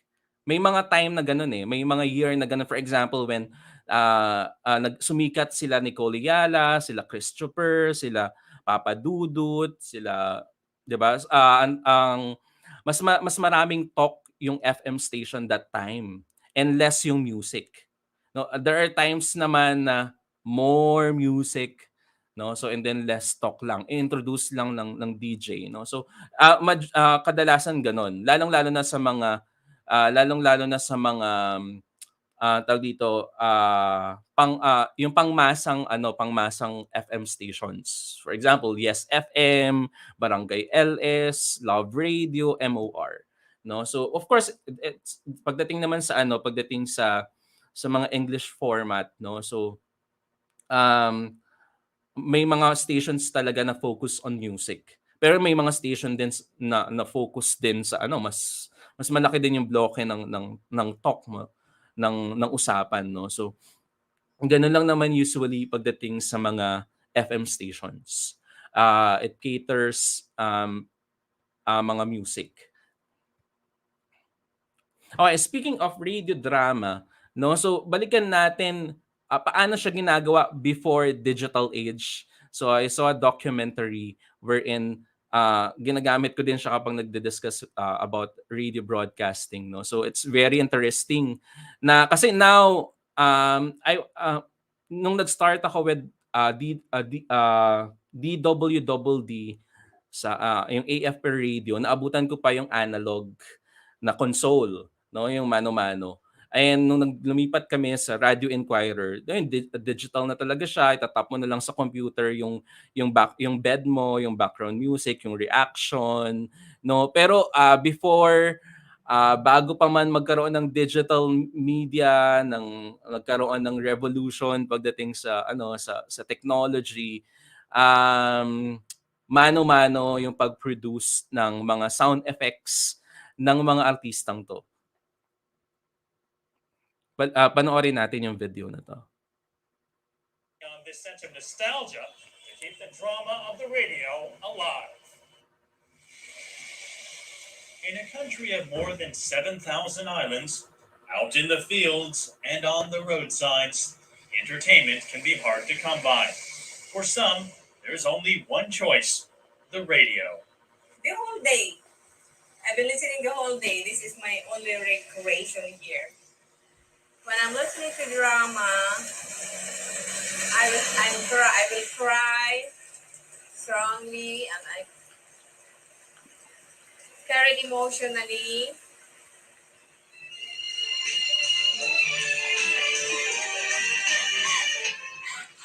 Ay! Naku! Kastigo natin sinila ng palo! Along the beach, Ramona cries. A wave has ruined her special sandcastle. Fidel comforts her, saying that after they're married, no matter what the hardships, the home he'll build for her will never crumble. Fidel?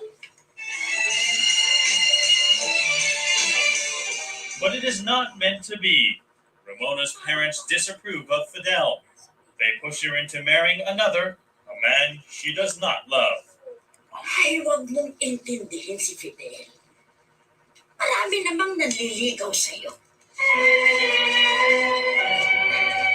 It's all dramatic stuff, with a theme that's as old as the radio soap itself.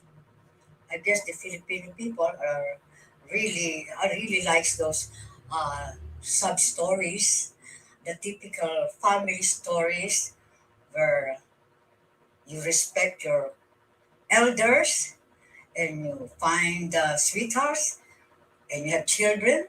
Producer Esther Chavez knows a thing or two about the old art. She was the leading lady of the very first Philippine radio soap drama back in 1949. She says rumors of its demise are dead wrong. That was what they've been saying right after Ilon and Tahanan went off the air, that the radio dramas are on the way out. That was way back 1958. And still, it's on, and more radio dramas are around. But it is not a happy ending for Ramona, who never marries Fidel and ends up alone. While her tragic tale may sound like fiction, it's actually based on a true story. Love letters sent in by listeners to radio station DZRH are dramatized on the air. A narrator concludes the show with her own opinion, saying that for better or for worse, it was fate. Ramona. For Tia Deli, fate has drawn her to the radio for 60 years.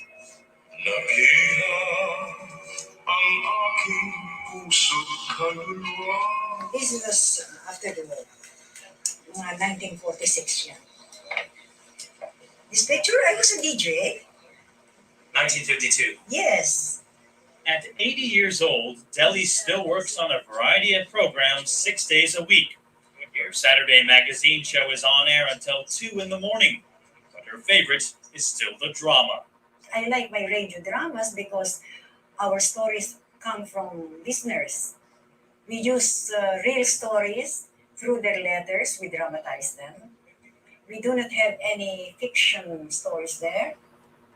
The golden heydays of the Philippine soap drama were in the 1950s. The low point was in the 1980s. Today, DZRH produces 18 different soap dramas for a total of 9 hours a day.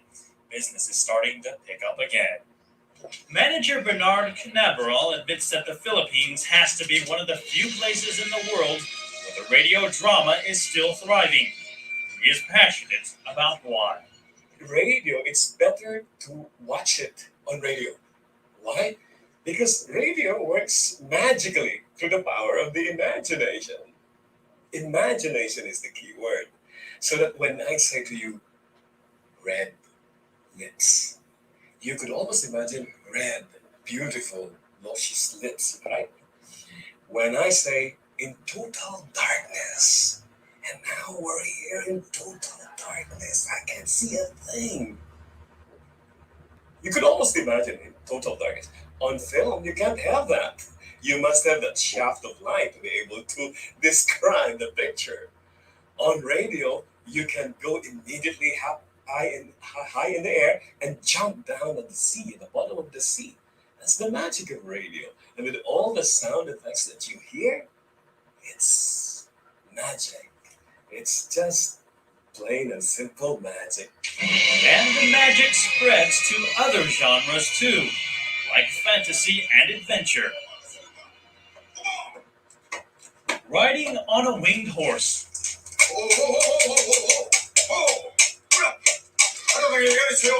A hero named Benzar and a princess.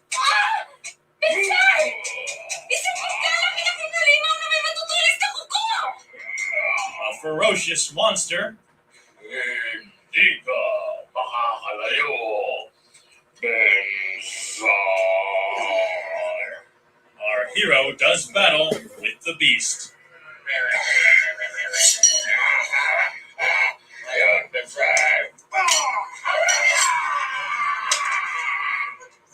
And let us not forget the princess's evil father, who conjures up a fireball.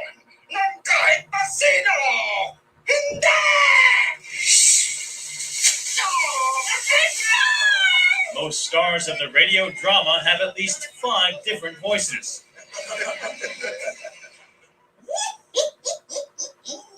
I'm gonna get you. I'm like an Aussie baby. This one myself a child.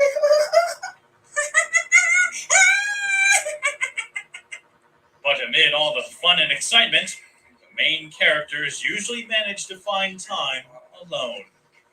It's sorry. It's sorry. It's sorry. It's sorry. It's sorry. It's sorry. I like love stories because I'm so in love. And that sentiment is the very reason why the soap drama refuses to run out of steam. So although the technology may seem out of step with the changing times, it's the old-fashioned ideas about romance that still keep thousands of listeners dreaming throughout the night.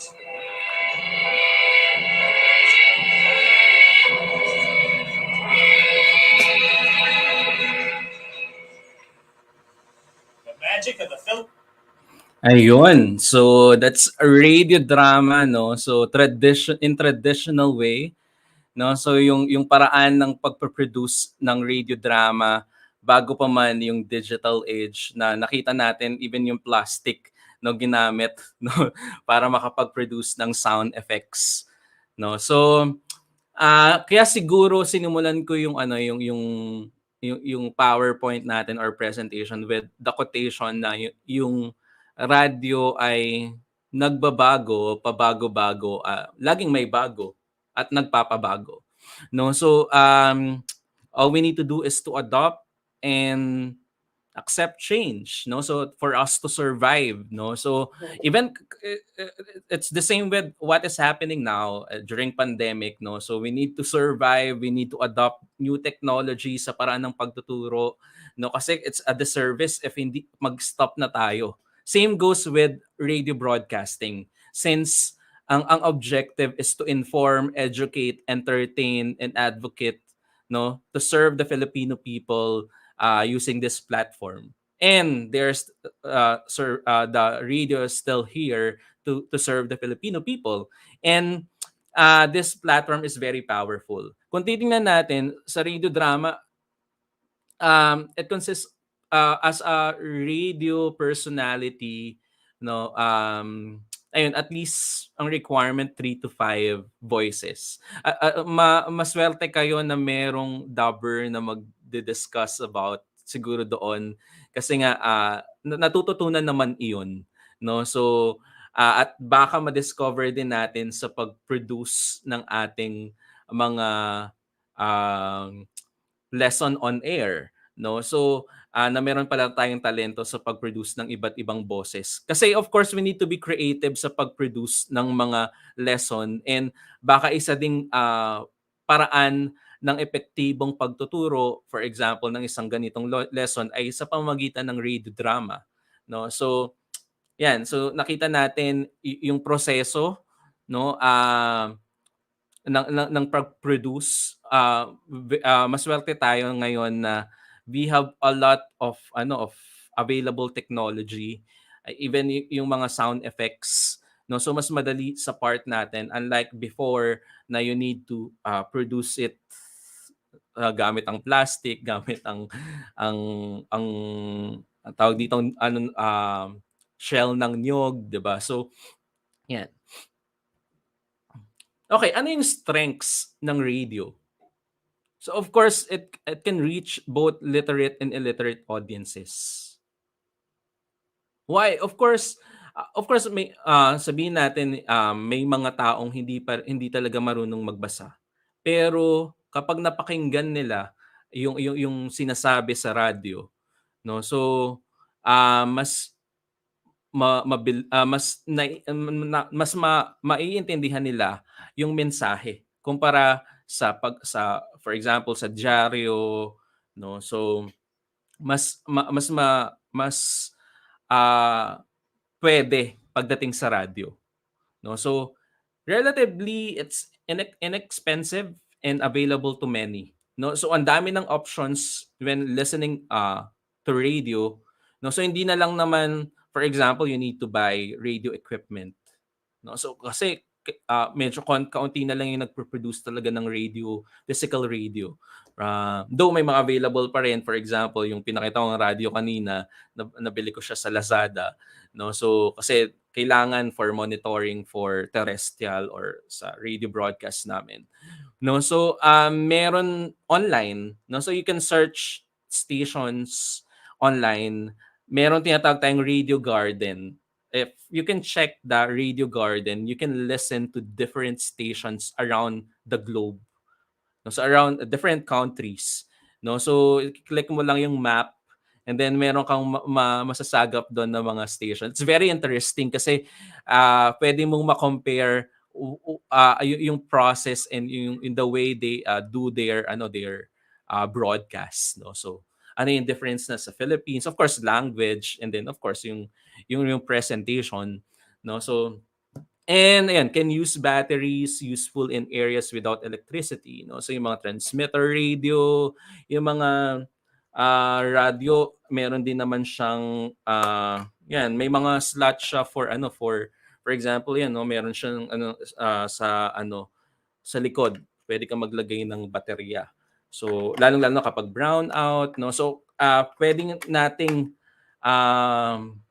siyang gamitin ng mga estudyante natin, lalong-lalo na if they are in far-flung communities na hirap sa electricity and other resources.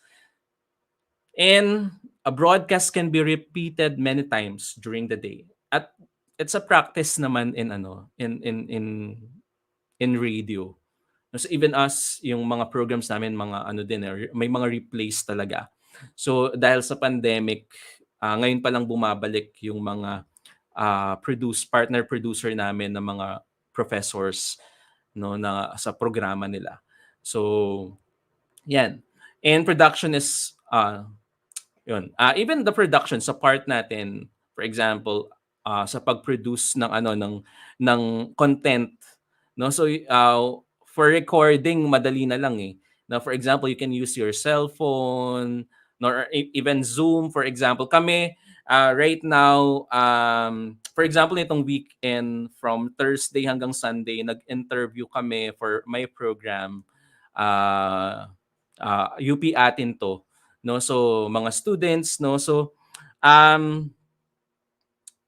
ginamit lang namin ang Zoom, no?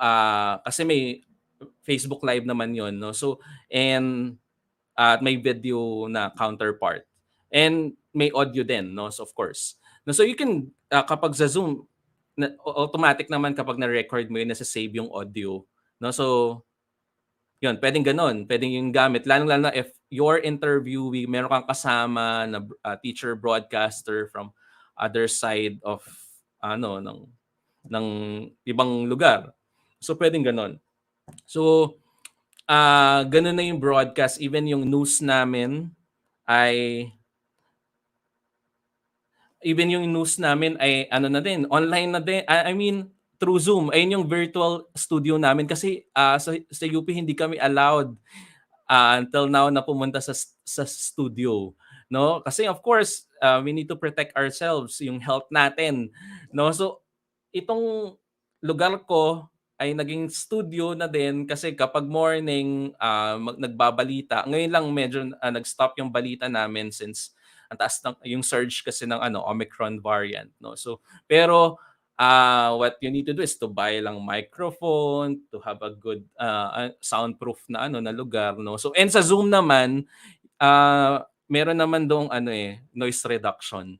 Kahit maingay yung aso, hindi na yan naririnig sa broadcast, no? So it's a matter of how you control, hindi ka dapat nagpapa-apekto sa ingay sa paligid. No, kasi minsan nakaka-apekto yun lalo na live broadcast yun, hindi ka pwedeng magkamali. So yun, pero ayun nga, it's maraming tools na pwede nating gamitin pagdating sa radio broadcasting. And we're doing it sa industry, no? So sa DZUP.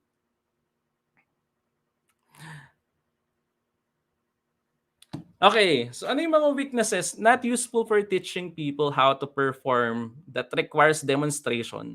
Siguro it's ang pinaka point dito is that lalong-lalo na yung siguro yung example na lang, no? You can instruct pa rin naman sa audio, no? So pero paano mo siya ipapakita? Example, hindi ka pwedeng mag cooking show sa radio. 'Di ba? Kasi it's really visual, right? Igigisa ko na po ang ang bawang, ang sibuyas, isunod na po natin. Ay, tumatalsik, 'di ba? Parang gaganunin mo pa, i-describe mo pa siya. So parang yung appreciation pagdating sa cooking, parang hindi siya ganon yung production value niya baka hindi lang ma-appreciate.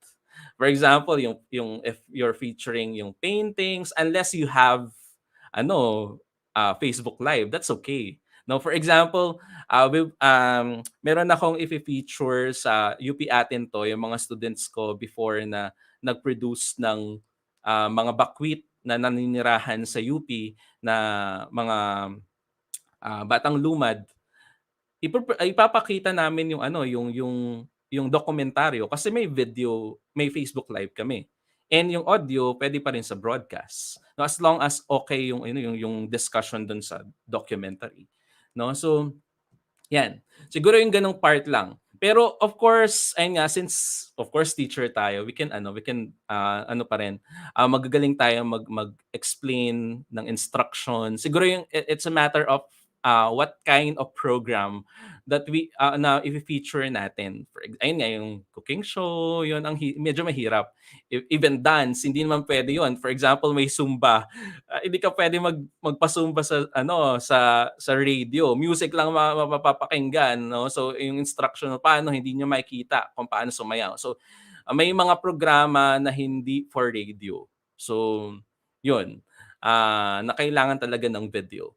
And some people do not have access to radio, no? So of course, it's because of ang daming factors na we need to consider, right? Economics, for example, access, no? So for digital divide, and that's the term, no? So yung digital divide wherein ang daming factors, maaring hindi available yung devices, they don't have money to buy that radio equipment, no? So may mga bata tayo na maaring walang radyo sa bahay, no? So but of course, ayun nga, of course doon papasok yung ibang stakeholders.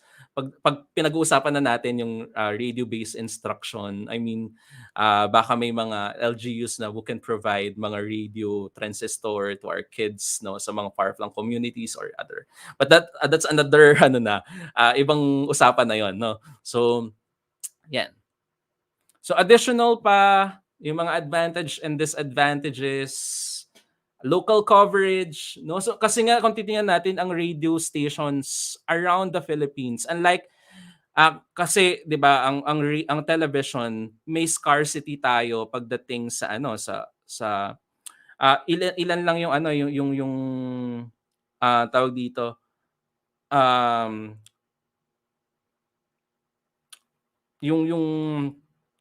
yung slot for television. No, so unlike sa radio mas marami. Even local you can tawag dito, you can build as long as you have transmitter. For example, in PUP Manila, yung isa sa mga professor namin na yung boses ng GMA7 si Sir Al Torres, naging professor ko pa yon way back in college. Siya yung nag-donate ng transmitters sa PUP. No, so that's why may radio station ang PUP, pero ang nakasagap lang around Santa Mesa kasi hindi ganoon kataas yung ng transmitter, no. So yun, yung local coverage, ibig sabihin, of course, since may mga station sa different provinces, no, localities, mas nabibigyan ng boses yung mga tao, mas na cover yung mga pangyayari sa bawat lugar, no? So that's the idea. And then yung low cost, no? So kanina naman na-discuss natin na pagdating sa low cost sa part ng listeners, since all you need to have ay either radio equipment, or you have internet, no, sa online, or you have cellphone na may radio, then you can listen, no. So madali lang, pipihit ka lang talaga, isaksak mo lang sa yung radio, no, or lagyan mo ng baterya, and then makakapakinig ka na, no. So high frequency, no. So kung titingnan natin, na-discuss naman natin yung AM and FM, no? So, for example, ang AM, pwede nating ma-reach, no? So, or masagap, rather, no? So, yung mga stasyon, kahit malayo pa tayo, no? So, ang radio is flexible kasi right now, we have media convergence, yung pinagsasama-sama yung iba't ibang media, and yung base kasi ng radio is voice, sound, and music. And these are really basic pagdating sa pag-produce ng iba't ibang content, no? So that's why tumawid ang radyo sa telebisyon, nagkaroon ng teleradyo, 'di ba? Ang DZMM, DZRH, even DZBB, meron na silang video. Even in internet, online, for example, MOR FM, 'di ba?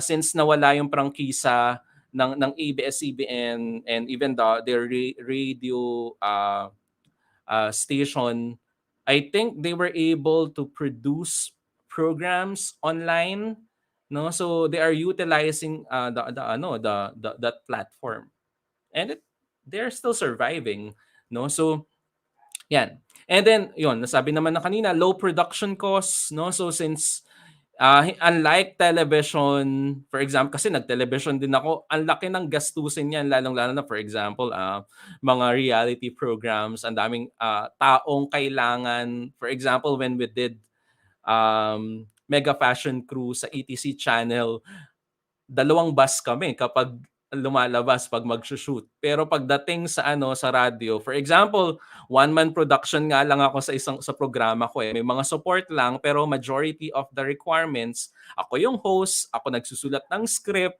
ako yung nag-edit, no. So ako yung i-invite ng ng guests, no. So in mas even yung mga equipment na needed, no. So hindi ganoon kamahal. And well-segmented audiences, no. So since continuing natin ang FM, AM, wala namang ganoon sa sa television, sa pre-TV, no. So dito naka-separate na, or FM, it's talk and music. Pagdating sa AM, pag gusto mong balita, AM ka, no. So mas and even yung audience alam na kapag music, no. So and even the program, the station itself, na this station is for class ABC. This station is ay para sa masa, class DEF, no. So yun. Pag disadvantages, it's audio only. Pag pinag-usapan natin na radio lang talaga mismo, no. So kapag hindi natin sinama yung media convergence na usapan, no. So yung clutter, medyo kalat-kalat in a sense, no. So but it's a matter of how you manage your programming, no. Me, for example, me personally, as assistant program director, kasi I'm the one who manage yung scheduling, no. So it's a matter of yung protocol, yung mga programs na ilalatag, no. So it's a matter of planning. Pre-production is very important pagdating sa radio. and low attention getting, no? So dapat kasi since voice ang pinaka main element, you need to get your audience, no? So dapat walang dead air. Dapat of course you need to establish who are your audience, no? So paano yung lengguwaheng ginagamit mo? You have to establish that. Ano yung language na gamit? Filipino ba? English ba? Conversational ba? No? So formal ba? No, so these are things na you need to consider na ay makikinig kang balita pero yung presentation pang marites, no, so walang credibility, no, so that's why you need to manage that. For example, kahapon meron kaming live coverage, no, so and ng check.ph, paano yung approach, paano yung tone nun, no, so seryoso ba pero hindi intimidating. So these are things na we need to consider pagdating sa pagbo-broadcast or pagpo-programa, no. That's why pre-production is very important. Ina-identify na natin ano yung tono, paano i-present to, no, so friendly ba siya, formal ba siya, etc., conversational ba siya. Fleeting message, of course, since it's live program, for example, wala namang replay. I mean, wala namang, unlike sa YouTube na pwede nating balikan, 'di ba? Sa pagdating sa radyo, hindi eh. No, so tuloy-tuloy yung programa, no? So kung radyo lang mismo ang pinag-usapan natin, pero unless merong Facebook Live 'yan na pwede nating balikan. Kasi ngayon na yung practice eh, no? For example, before nung wala pang mga Facebook Live, humihingi kami ng copy ng recording para ma-check okay ba yung broadcast, okay ba yung sinabi ko dito, okay ba yung boses ko. Ngayon, mas madali kasi naka-Facebook Live yung newscast na check ko ay hindi okay yung boses ko dito or nag-stutter ako. So nag-buckle ako dito. So I need to improve my at least nakita natin, no. So yun, sa part naman ng audience, ng listeners, ayun nga, since nandiyan na yung digital technology, mas nababalikan nila. No? Pero kung radio lang mismo ang equipment nila, wala silang online, then hindi nila mababalikan yon.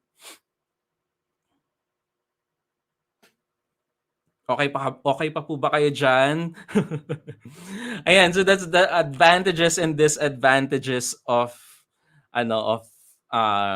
radio, no. So sana po ay nagme-make sense ako sa dinidiscuss ko at okay pa kayo sa sa discussion, no. So you can grab your breakfast and coffee, no, so while listening, no. So parang nag-aano lang po tayo dito, nag-uusap lang tayo but it's about radio. So punta po tayo sa radio dictionary. So ano po yung mga terminologies, no, na dapat nating tandaan or maging familiar po tayo since ito po yung practice, no. So siguro po may familiar naman na yung iba kung nagtuturo ng radio broadcasting, no, so nagte-train or advise or even sa television. Pero balikan po natin, no. So yung bed po, no, so alam ko medyo maaga pa, gusto niyo pang matulog, pero salamat po sa paggising at pagdalo online, no. So pero hindi po 'yan higaan, no. Ang bed po is a production element. No, it's usually instrumental music or sound, no, or sound effect played in the background of a spoken commercial, promo, or announcement. Or pwede din naman po siya during the discussion. No, so but it can make or break your program kasi kapag may bed ka. So ibig sabihin po, background music siya while talking, no? So para magbigay ng ng mood sa natin sa mensahe natin. No, for example, if we're talking about pandemic, ano yung pwedeng bed or background music nito? So pwedeng medyo nakakatakot. No, so pwedeng ganon. Or during the opening ng program, pwedeng mag-bed music ka dyan eh.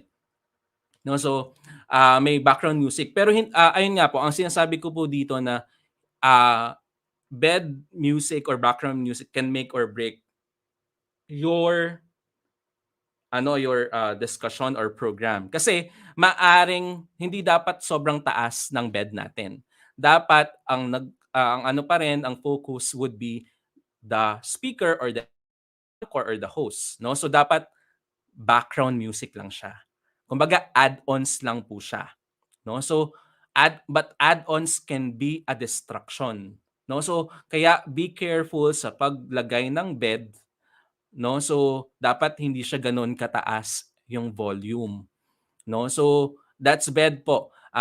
Yung background music, it can be sa promo, it can be sa announcement, no? So it can be kahit sa programa mismo.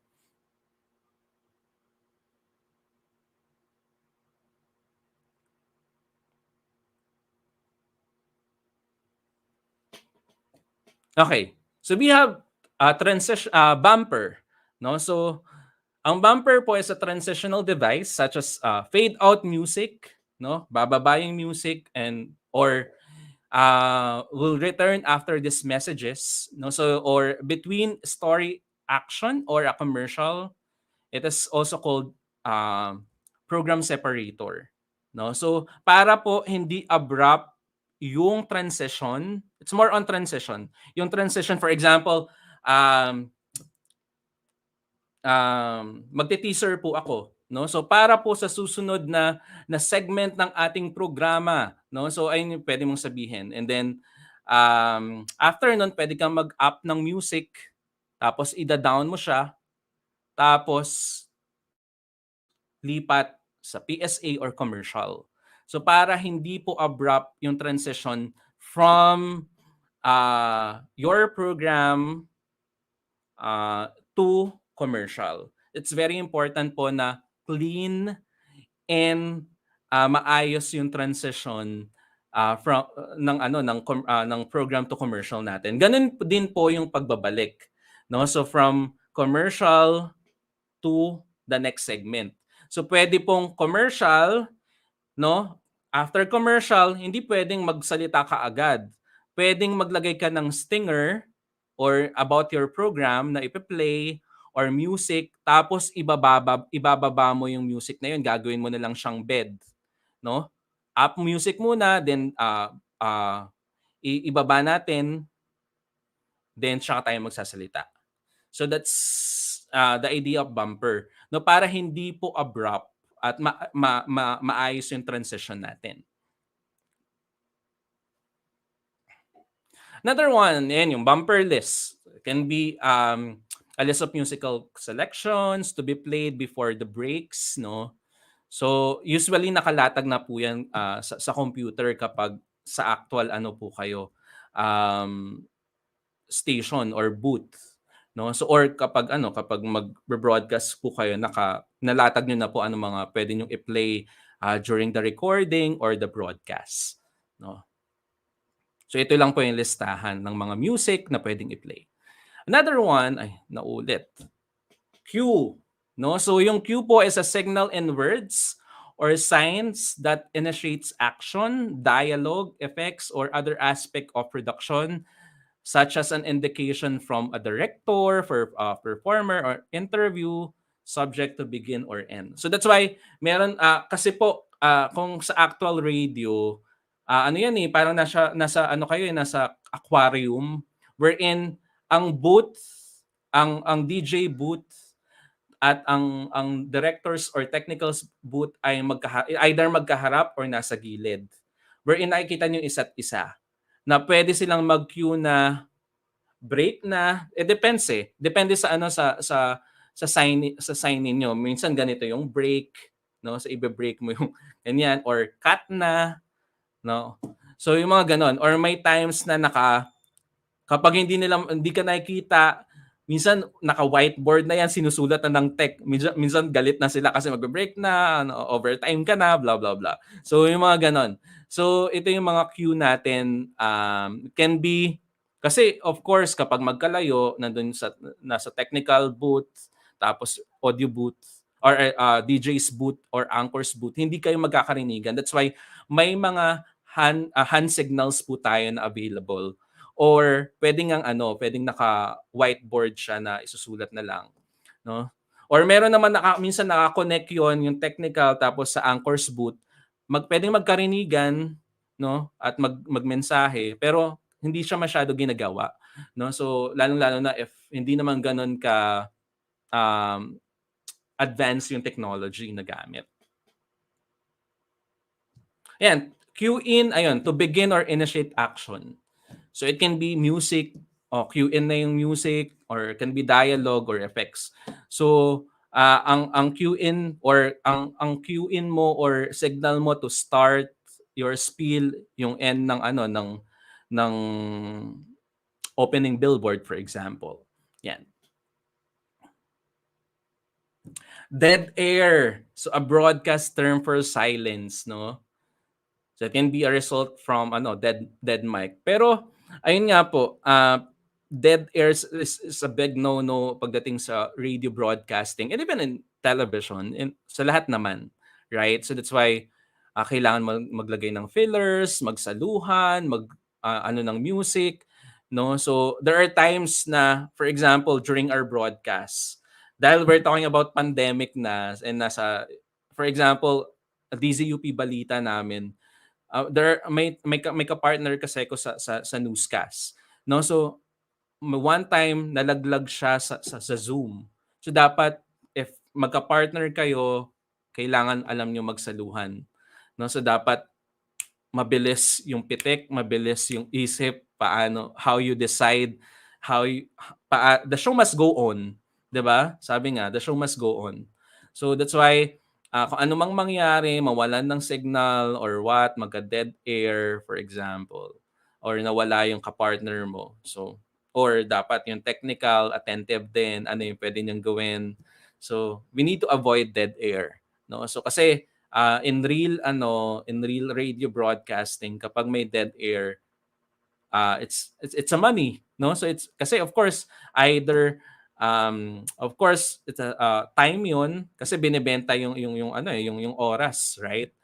At kapag dead air, pwedeng lumipat yung listeners mo sa ibang stasyon, no? Ganon din sa sa mga student na nawala, no? So pwedeng patayin na lang nila, or 'di ba? So opening billboard, no? So the introduction of radio or TV program, but we're talking about radio, no? So it includes highlights, no? So or names of cast or sponsors. Kapag mag-start, ngayon nga po, kapag may pre-production na tayo, mag-create tayo ng program, ang opening billboard is very important kasi it's your ID, no? So kung merong station ID, merong program ID, and we call it opening billboard.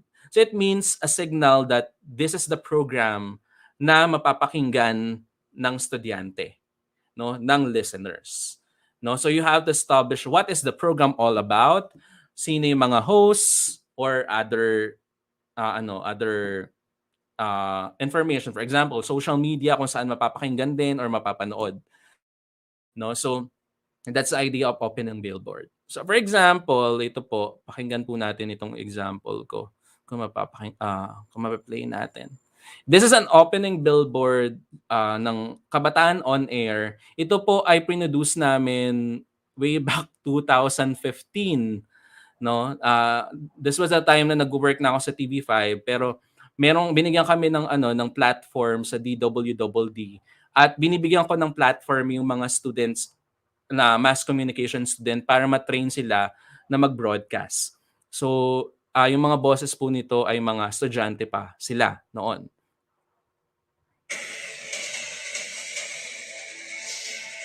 Mga katropa, ano po ba isang makabuluhang talakayan tungkol sa may init na issue at usap-usapan ng bayan? Ito ang para sa iyo, Kabataan On Air Season 2, kung saan bida ang kabataan. Ang Kabataan On Air Full Force ay programa ng kabataan para sa kabataan. Kasama nating tatalakayin ang mga isyong panlipunan at pagkilala sa mga personalidad ng bayan. Kasama sila Ryan Malando, Luis Valevia, Joshua Bilolo, Ina Tirante at Dominic Bolo.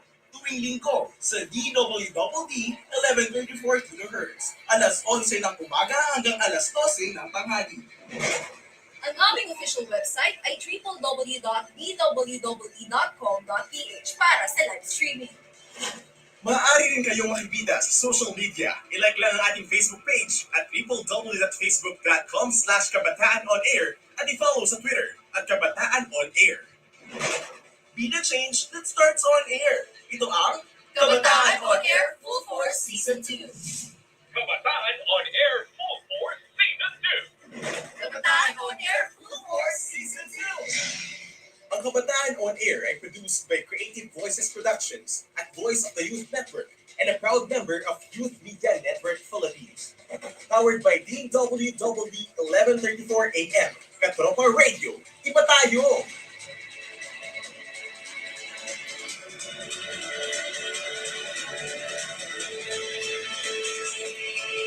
So yun po, example ng opening billboard. So it can be, ayun nga, through voice. It can be jingle. Pwede din po mag-start ng jingle yung yung opening billboard ninyo, no? So meron po kaming programa sa sa DZUP na Radio Edukado yung program, at nag-start po yung OBB nila ay kanta or jingle. And ito po, mga teachers po ang nagpo-produce nito, at pumupunta po sila sa mga far-flung communities din to record, to interview, no? So natutuwa ako sa mga teachers nito, kahit sa nitong pandemic, sobrang sipag po nilang mag-produce ng programs, no? So parang every week may bagong may bago silang mga ini-interview, even international mga interviewees, no? So nung pre-pandemic, pumupunta sila sa iba't ibang community, at isa sa mga topic din yung student bilang bilang frontliner din, no? So na mga working student, ganyan. So yan. Pero ayun nga, that's opening billboard, no? So it's an introduction, no, highlighting about your program, yung names ng hosts, no, yung mga hosts, and other information. So with that pa lang, dapat makuha mo na yung audience mo. Uy, So Kabataan On Air na, ay, may ganito palang programa, pakinggan ko nga. So yung mga ganon. So it's a signal na, oy, mag-start na yung program nila. So I will stop my what I'm doing, no? So or magpe-pay na ako ng attention, no? So, kasi of course pwede naman makinig kahit, 'di ba, anong ginagawa mo, naghuhugas, no, or ng pinggan, nagluluto, etc. Pero yung attention, of course, no, so while listening. Reader, ito na po sa parte na to ng mga anchor, no. So skip of news story in which no actualities to be played, no. So ito ay binabasa po ng anchor, no. So sa television, we call it silent read. Pero dito sa radio, reader naman, wherein si anchor lang mismo ang nagbabasa. Sa part naman, kung ang recording, ang nagbasa ay reporter, we call it voicer. So wala tong actualities, wala tong interviewee, walang soundbite na, for example, nasusunog, may mga reactions, wala yon. More on reading lang talaga ano yung nasa script. Public service announcement or PSA, it is a commercial, no? So usually shown for free, no? So giving safety information or advice. Siguro familiar naman po tayo sa mga public service announcement, lalong-lalo na kapag about the kadalasan kasi ang mga PSA coming from kadalasan ang nagpo-produce from government entities, no? So from DOH about pandemic, every Christmas or New Year about, 'di ba, paputok, no? So even the station can produce PSA. Dami naming PSA kasi hindi naman kami commercial talaga na kumukuha ng sponsors. Puro public service announcement yung commercial namin, no? About pandemic, about nature, different topics, no? So just to give you an idea, this is PSA from PPCRB na ni-require ng KBP na ipa-play or i-broadcast sa mga KBP members kasi it's election season, no? So this is an example of PSA po, public service announcement. Pangarap Makapilipinas. Iboboto ko Makapilipinas. Makabayan sa lupang sinilangan. Makataot may respeto sa buhay at pamilya. Siya ay makatwiran at patas makisama. Masigasig tumulong makaahon ang bawat isa. Makatarungan, makalingat, maalalahanin sa kapwa. Makakasama ang lahat, siya hindi mangiiwan. Siya ay makapagtataguyod ng kabutihang panlahat. Siya ay makabatas. Siya ay makatotoo. Siya ay may malinaw na pananaw para sa makabagong bukas. Higit sa lahat, siya ay makadiyos. Kaya't ayaw niya ng karahasan. Siya ay makakapayapaan. Iboboto ko ang isang tao na makakalayaan. Isang leader na makakalikasan. Isang Pilipinong makabuluhan at matino ang pamumuhay. Sa isip, sa salita, at sa gawa. Gabayan ang Pilipinong bumoto ng responsable. Yan naman ang aming panata sa BBCRV. Ayan, so different topics. So it can be 30-seconder or 1-minuter. There are ano naman mga PSA na naglalast ng 2 minutes, no? So for example, meron kaming PSA na 2 minutes at or 1.5 no? So ayun, it tackles different issues or topic, no? So this one is about, it's very timely kasi it's election season, no? So magboboto uli tayo sa May 9, no? So that's why dapat guided tayo, no? So and same goes with kung ano yung mga pagdating sa pagdating sa usapin ng edukasyon, no? We can create public service announcement about environment, mental health, no, and other topic, no? So na pang inserts natin if we have mga live programs, no? For example, yung kanina, no, sa programa natin may mga pa-PSA tayo but it's a video format.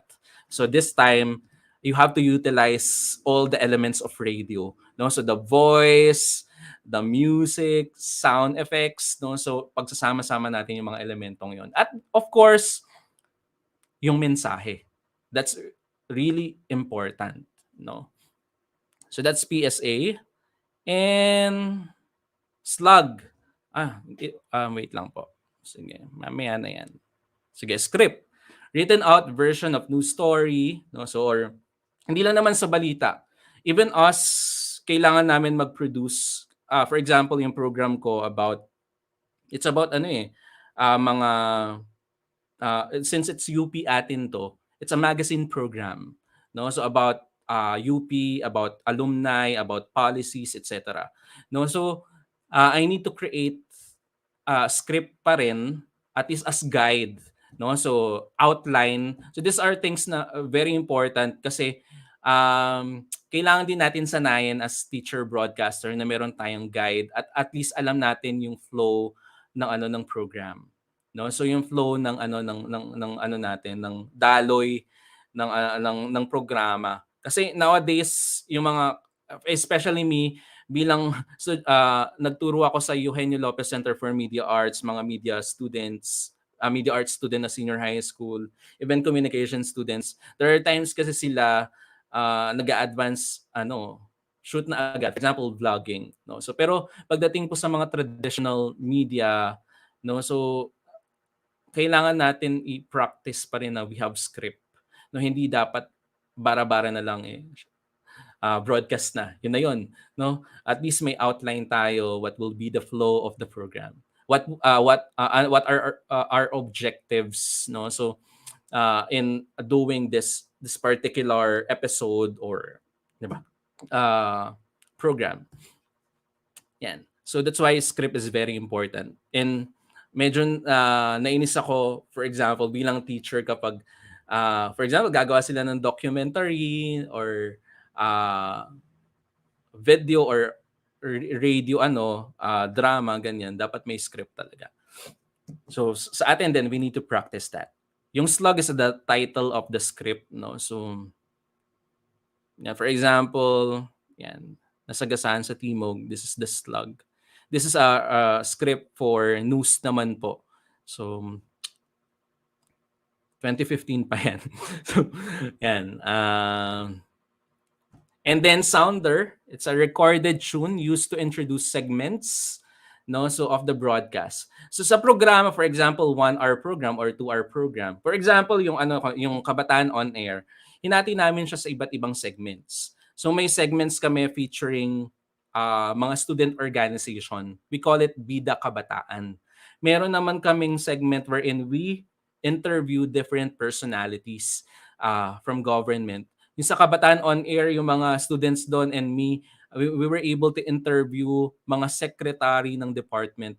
Napapunta namin sa stasyon sila BIR Secretary Kim Henares, Mayor Herbert Bautista. So very lucky yung mga batang yun na train namin na mag-host at humarap sa malalaking tao, no? So actual production na nabro-broadcast talaga, no? So yung sounder, ayun nga po, introduction siya ng segment para hindi po siya ganun kaano, para yung transition smooth, yung transition from one segment to another, no? So na hindi abrupt. So that's why nilalagyan natin siya ng it's either sabihin ng anchor sa script na we will move on to the segment, to the new segment or to the next segment. Kasi pwede nating hatiin yung program sa segments or bodies na tinatawag. Body 1 or tapos commercial, body 2, commercial, body 3. So pwedeng ganon. So example ng sounder.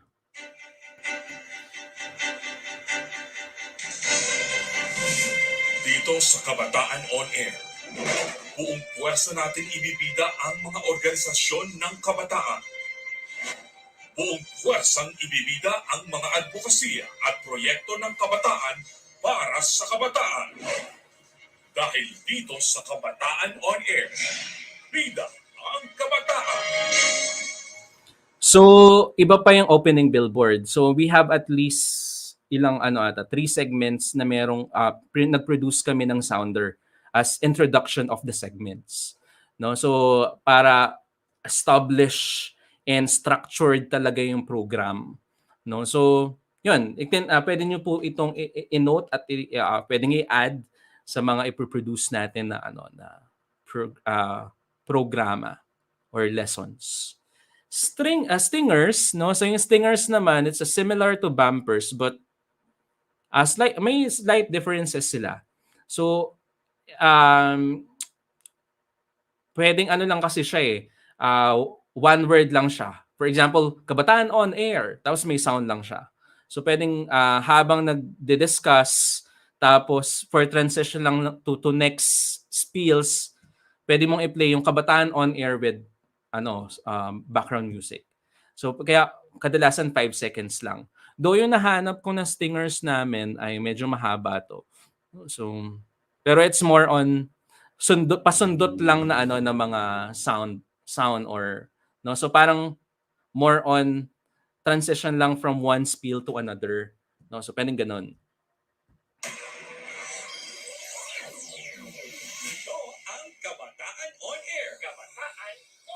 Sa DWWD 1134 kHz. Kabataan on Air.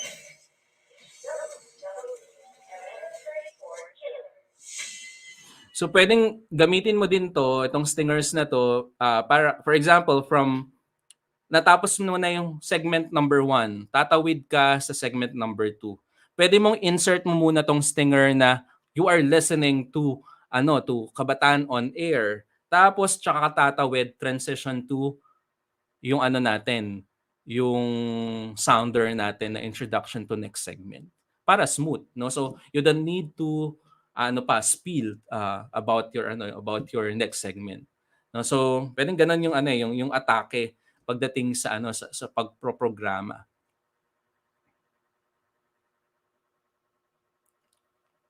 Okay, yung tease or teaser, no? So we're familiar naman, no? So kumbaga cliffhanger is very important, right? No, pero of course we need to be careful then about sa pag-tease ng tao or ng listeners. Ano ba yung aabangan nila? We have to be factual. Ano ba yung aabangan? No, so hindi dapat natin na misrepresent No, so lang na we're talking about lesson, no. So hindi pwedeng pwede nating itis na pag-uusapan natin mamaya ang ang iba't ibang terminology ng ng radio or radio dictionary, no. So sa pagbabalik ng ng ganitong programa. So blah blah blah. So pwedeng ganoon. So yan. So these are the kadalasan na maririnig natin sa pag-produce ng programa sa radyo, no. So cue, no. So mga tease, no. So voicer, cue in, etc. So we're familiar naman siguro po dito yung mga stations na meron tayo sa Philippines, the FM station and the AM station. And right now, though I got this, siguro mas mag-focus na lang tayo on sa lower part ng ng dito sa sa image na to or sa data na to. It's 2015 and 2016 data pa, no. So since nawala yung DZMM, no, so hindi na siya ganoon ka updated. Pero kung titingnan natin, no, so 65.6 of Filipinos listen to radio. So 41.4 turn it at least once a week. So sino pa po ba yung nakikinig sa radyo? Nakikinig pa po ba kayo dyan? Press 1 naman dyan sa comment section. Kung nakikinig pa kayo ng radyo. Yan. So mataas pa rin naman po yung bilang ng ng mga nakikinig sa radyo. No, so at radio ranks second as most used and most trusted source of political information. No, so it's 58%, right? No, so pangalawa siya kasi according to the study, number 1 pa rin ang television. Ayun, no, ang dami pa rin nakikinig ng radyo. Yan. Si Ma'am Jonalyn, Ma'am Joy Villarreal, si Sir Kim De Los Santos, no, Sir Antonio Maipa, Sir Edwin, no, si Ma'am Teresa, no. So ang dami niyo na po. Di ko na pero ayun, natutuwa pa rin po ako na kahit papaano we still value radio and traditional media na nandiyan pa rin. They are surviving and they are doing their best to serve the public. No, at gagamitin po natin ito sa pagbibigay serbisyo sa ating mga estudyante. No, so balikan ko lang po ito since ngayon napapanahon mag-e-election, no. So malaki pa rin po yung porsyento. That's why aside from television, marami pa ring politiko ang naglalagay ng mga commercials sa radio, no. So kasi nga pag sinabi mong radio, AM station, it's a source of news. It's a source of information. And we have to accept the fact na nasa third world country po tayo na despite of having internet, no. So doon nababago na, no, kung titingnan natin yung data ng 2021, no, yung kaunti na lang din yung nagko-consume ng television. Mas mataas na talaga sa social media. It's because of pandemic, it's because of most of us are working from home, no. So siguro babalik or mababago pa yan kapag bumalik tayo sa pag nawala na yung pandemic at tayo on-site na yung work natin, no. So yun, 89% FM listeners, radio listeners, and 12% ay AM radio listeners. So mataas talaga yung nakikinig sa music, no. So siguro even tinanong ko din before yung mga students ko, they're still listening to radio pero most of them are listening to FM radio stations because it's a form of entertainment, especially during pandemic kasi it's a form of our escape, right? No, so lalo kapag pagod na tayo sa mga requirements, no. So bilang teacher, bilang estudyante, so kung wala namang Netflix or walang social media, no, so they will go to other media platforms, no. So may pwedeng print, pwedeng television or radio.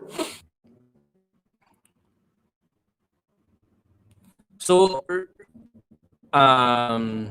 yan, ito po yung gist and glimpse ng ng radio in the Philippines, no? So ng radio broadcasting, ibalik ko na lang po ulit para full circle yung discussion, no? So ang radyo ay pabago-bago, nagbabago, laging may bago at nakapagpapabago. Yan po ay binanggit ng aming station manager na si Ma'am Ivy A. Claudio, no, sa DZUP 1602. And for me, when I heard that, it's truly no, it's true, no. So nagbabago talaga ang radyo. And ako bilang bata pa lang, na sinabi ko nga kanina na alarm clock ko yung radio kasi ang tatay ko nakikinig ng radyo 4 AM pa lang ng umaga. Siguro ito yung mga rason din kung bakit ako nasa radio program or nasa industriya ng media, particular na sa radio, no. So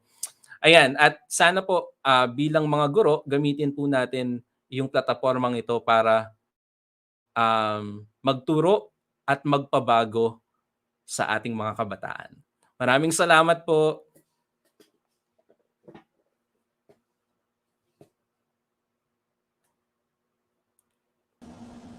Ayan. Thank you so much, Sir Ryan. Parang magandang pang-caption yan, teachers, no? Yung quote na binitawan ni Sir Ryan nung umpisa at nung dulo. Ang radyo ay pabago-bago, nagbabago, laging may bago at nakapagpapabago. Gandang caption yan sa mga post natin mamaya. Don't forget to use the hashtag Lessons on Air Day 1. Okay?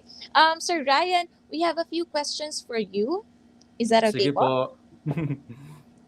Wag lang po mata. De joke lang. Alam niyo naman po kapag mass comm, di ba? Opo. Okay, so the first question that we have here, our teachers sa mga SDOs po nila, could they invite you in their respective divisions for a training din po, like this one? Pwede naman po. Hanapin niyo lang po ako sa Facebook. Kapag Okay, so opo, willing naman po ako magturo kasi since sabi ko nga teacher din naman po ako, no. So kayo na po bahala. Okay, so hanapin po natin. Hanapin niyo po sa ako. Facebook. Yun lang din Sir naman Ryan, po yung pangalan Sir ko sa Ryan. Facebook. Opo, sir. Okay. Our next question, do you think radio would be a good medium to bridge lessons? Yes, definitely. No, so we are doing this in DZUP. So majority of our content ay about academics, about different topics pagdating sa edukasyon. So we have, for example, meron kaming about music. Pero hindi lang talaga pagkanta yon, pero yung iba't ibang parte ng music. Kasi nagpo-produce nun ay College of Music, for example.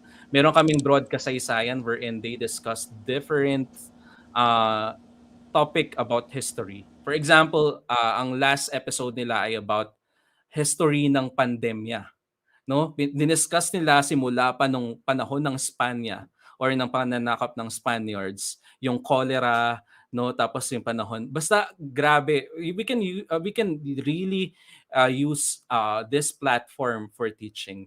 Especially we are archipelago, 'di ba, na kung saan hindi naman lahat may television, hindi naman lahat may internet or may social media. So that's why as bilang I'm really happy with Department of Education that they are utilizing different platforms na available sa mga estudyante, at they are teaching or providing training for our teachers. Kasi nga we have to utilize this available platforms, and I'm very sure that this radio is a good platform for teaching, since one of the objective of radio is to educate public, is to inform public. So kung na-inform ang publiko, general listeners, for example, no, so mapa-adult, mga bata, mga teenagers, nakikinig sa radyo, may natututunan, mapabalita man yan or other topic.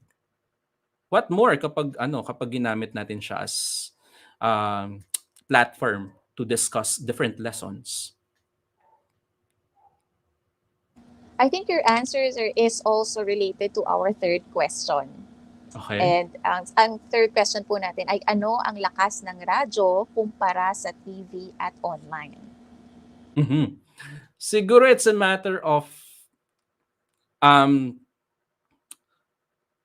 yung pag-explain, no? So you have to make effort kasi you have to describe a lot of things, no? For example, yung mga bagay-bagay. So iba yung iba yung pagsusulat pagdating sa radyo since napapakinggan lang. No, so dapat descriptive talaga siya at maiintindihan ng listeners. May tinatawag din tayo na na tawag dito, may telegenic tayo, 'di ba? May radiogenic din.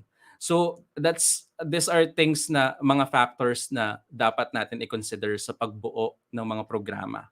No, at that's one. Second would be kung titingnan natin, kung babalikan natin yung discussion kanina, no? So AM and FM mas cheap siya for kids. I mean sa lahat regardless of age, no? So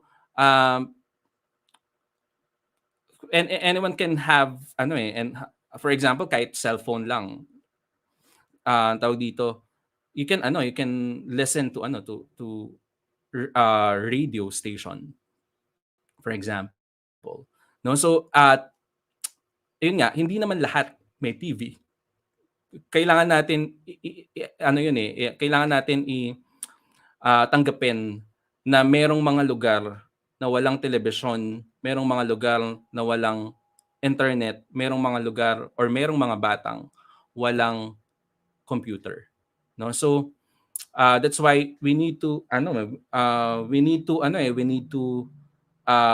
lawakan natin yung options natin at yung availability ng mga lessons na meron tayo, no? So that's why siguro ako personally hindi naman sila magkakalaban eh. These are platforms talaga na pwede nating i-utilize, no? So it's a matter of kasi kapag hindi natin trinay yung mga platforms na to, it can be a disservice to our students, no? So yun, so and sabi nga another one is flexible ang radio, no? So pwede siyang tumawid sa lahat, no? So at still they are surviving, no? Very well said po, Sir Ryan. It's really good to have you here with us. We have definitely learned a lot. And Sir, marami pa kaming naka-line up. I think meron pa tayong last question. I think this is our last question.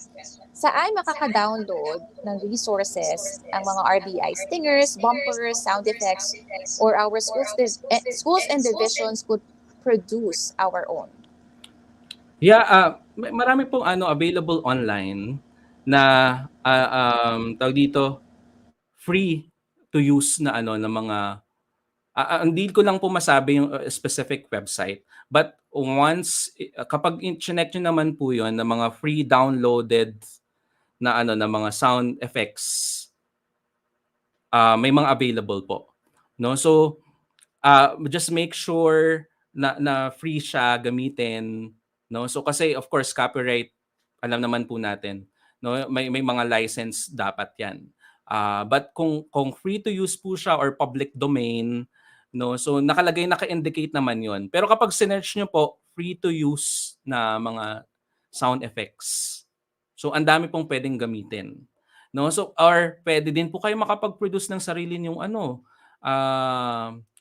mga sounds or mga background music or stingers, no? So for example in DZUP and even us in TV5 before, kapag gumagawa kami ng bagong programa, nagpapa-compose or nagpapa-produce kami sa namin, sa editor namin. Yun. So you can produce your own, no? So kung lalong-lalo na kung meron po kayo na discover na talented na student, no? So we can maximize his or her talent. Kasi nowadays, ang gagaling ng mga bata ngayon. 'Di ba? Minsan kaya even me, medyo natenga ako sa talaga sa media. That's why I go back sa radio, sa production because ayokong mapag-iwanan. No? So kasi hindi pwedeng nagtuturo ka ng production ng media related subject na hindi mo alam yung nangyayari ngayon sa yung mga trends, no? So alam nating na magagaling talaga yung mga bata. So dapat alam mo din yung ano nila, yung mga ginagawa na nila, no? Kasi YouTube, 'di ba? Ang dami ng pwedeng ano ang dami na nating makukunan na ano ng mga knowledge about editing, 'di ba? So yung mga ganun po, ang daming resources, ang daming na pwedeng i-search po. Even us, for example, meron kami i-produce na ano na election special, no? Humahanap kami ng pegs online tapos pwede naming i-tweak, ganon. Yung mga ganon po. So pwedeng ganon po kasing gawin natin as long as free to use yung yung mga stingers na yan, mga sound effects na yan. Kasi yun nga, baka kasi masampan tayo ng kaso ng copyright infringement. So, yan. Yeah, take note of that, teachers, okay? So I think that's all our questions for today, sir. And again, maraming salamat po. At sabi ko nga kanina, marami pa po kaming naka-line up. So sana po hindi nyo kami tanggihan sa mga susunod. And we've heard na you're also a trainer for radio broadcast. Kaya po, aasa kami sana po na it would always be a yes for DepEd Radio. Sure. Maraming salamat din sa imbitasyon. Okay po. And to show our appreciation, sir, we're going to award our the certificate of recognition. Let me read the citation. Republic of the Philippines Department of Education, Information and Communications Technology Service Educational Technology Unit awards the certificate of recognition to Ryan Malandog for sharing his invaluable expertise as a resource speaker and trainer of the topic radio broadcasting, a glimpse and a gist during the training workshop on School on Broadcast Lessons on Air from 25 to 28th of January 2022. Given this 25th day of January 2022 at the Department of Education, DepEd Complex, Meralco Avenue, Pasig City. Signed by Head of Educational Technology Unit, Sir Mark Anthony CC, and Director of the ICTS, Abram YC Abanil, and the Undersecretary for Administration, Alain Delby Pasqua. Ayan, maraming salamat po sa pagbabahagi ng inyong kaalaman, sir. Sa susunod po ulit. Maraming salamat. Thank you po. Okay. So, ayan, teachers. Alam ko, medyo nagugutom na tayo. But konting reminders lang po, no? Mamaya meron po tayong evaluation. So, stay tuned for the link and the QR code for that. Okay? So, first topic pa lang yan, teachers. Kamusta naman kayo? Sobrang dami na nating get out na information. Pero patikim pa lang yan para sa ating morning session ng ating #Lessons on Air Day 1. At for sure, mas marami pa tayong matututunan mamaya as we continue with our training. At dahil gusto namin na mas malalakas pa tayo para sa susunod na session, for now, happy lunch, teachers! Pero babalik kayo dito sa ating tagpuan, dito pa rin sa EdTech FB page at sa ating YouTube channel. Huwag niyo naman akong iwan at huwag niyo po kaming iwanan. Kapit tayo hanggang dulo, teachers! And don't forget to share our live para mas marami pang makaalam na ang training workshop ay free at open for all with the use of our official hashtag Lessons on Air Day 1. See you later, teachers!